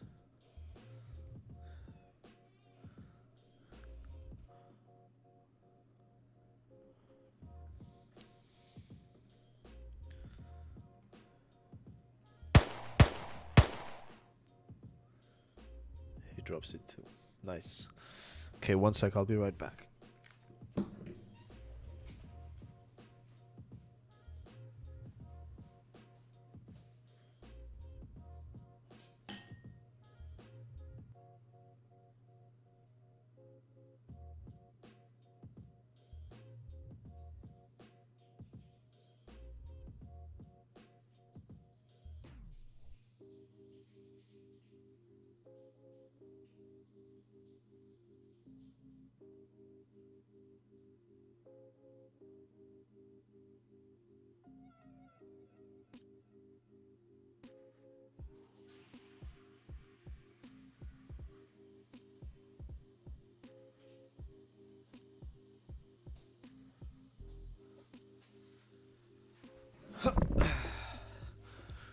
Alrighty, chat. I'm back.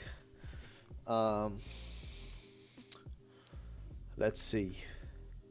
So, can you believe I don't have a Trello for this project? That's not good. Not good.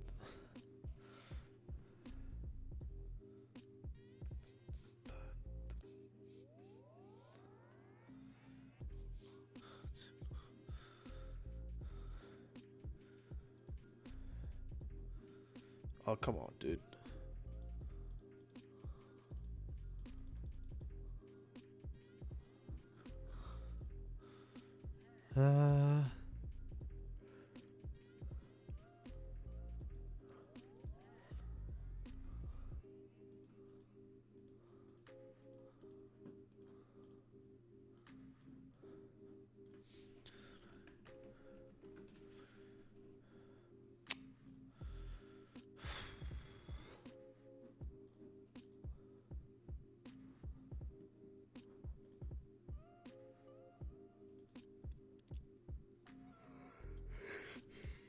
Yeah, it has no pills. That's fine.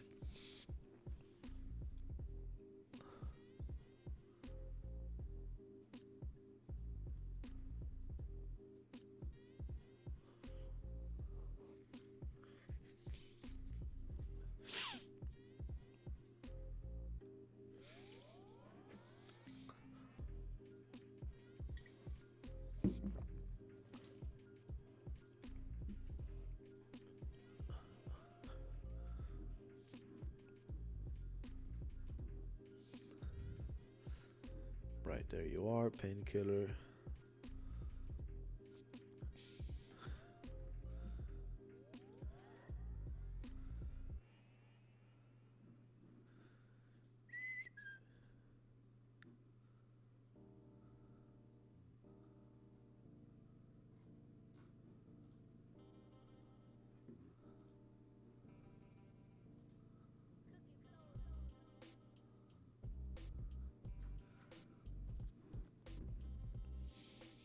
Yeah, a lot, man.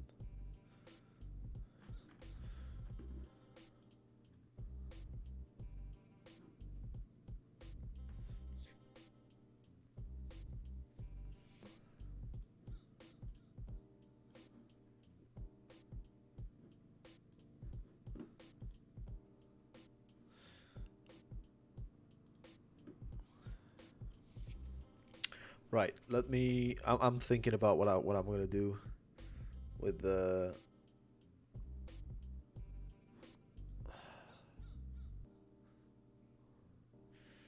healing. But let's see. So I think let's import. So let's reset this scene.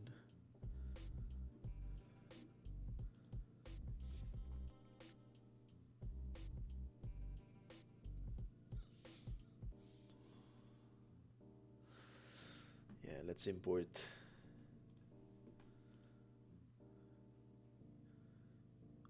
the animations for the player.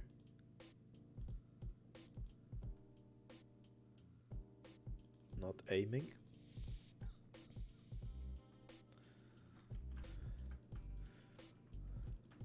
And let's create a new animation. So let's go into auto key. Make sure this is on helpers. And we'll do small animations, so every 5 frames.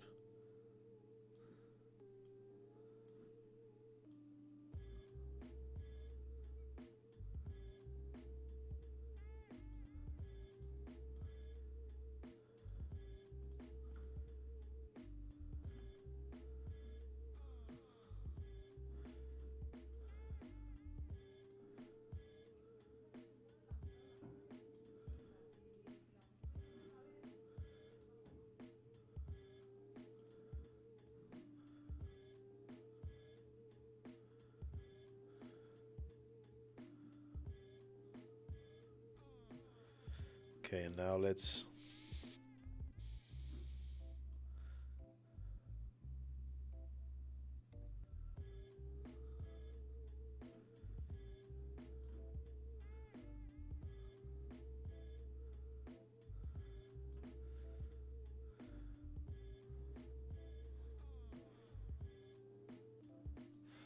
I think that's a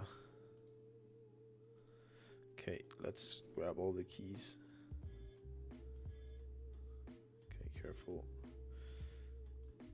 Let's make this a bit longer.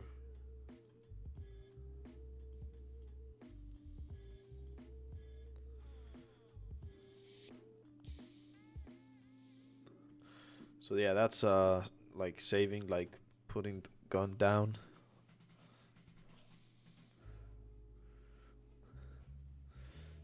So let's go characters, lookout, place, animation, handgun, and this is handgun put away.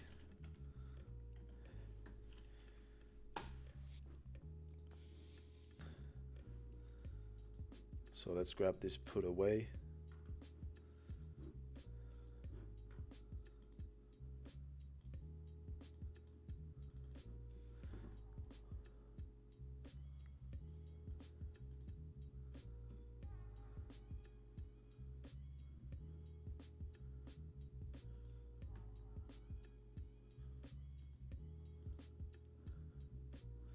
Let's see which one of these stays one.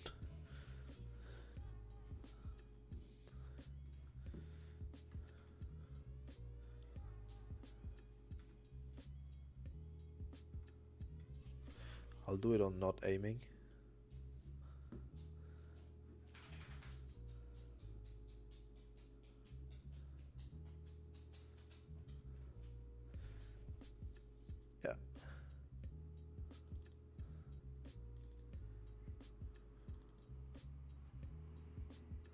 put away. It's a humanoid.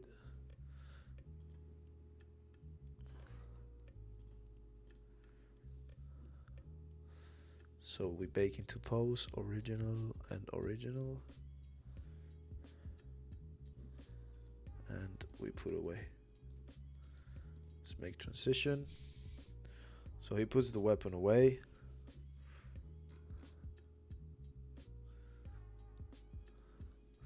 Yeah, it's a bit weird, but I understand. So we'll call this put away gun, put away.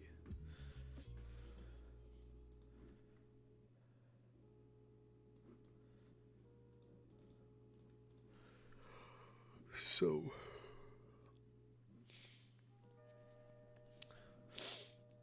we're gonna do not a float, sorry, but trigger, put away.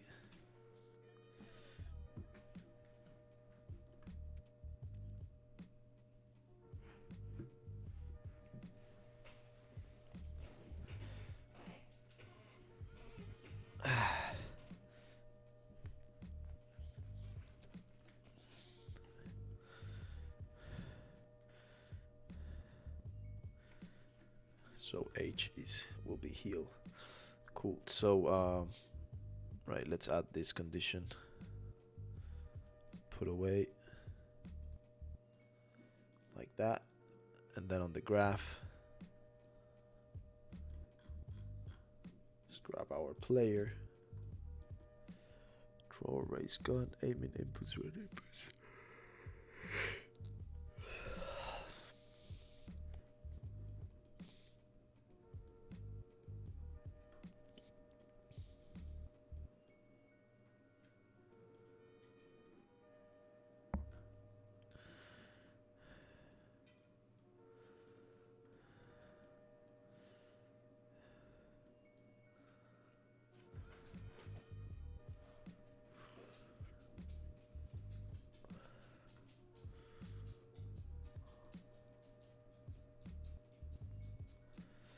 Wow. In reality, I'm tired for the day, man. Think I'm gonna close and call it a day.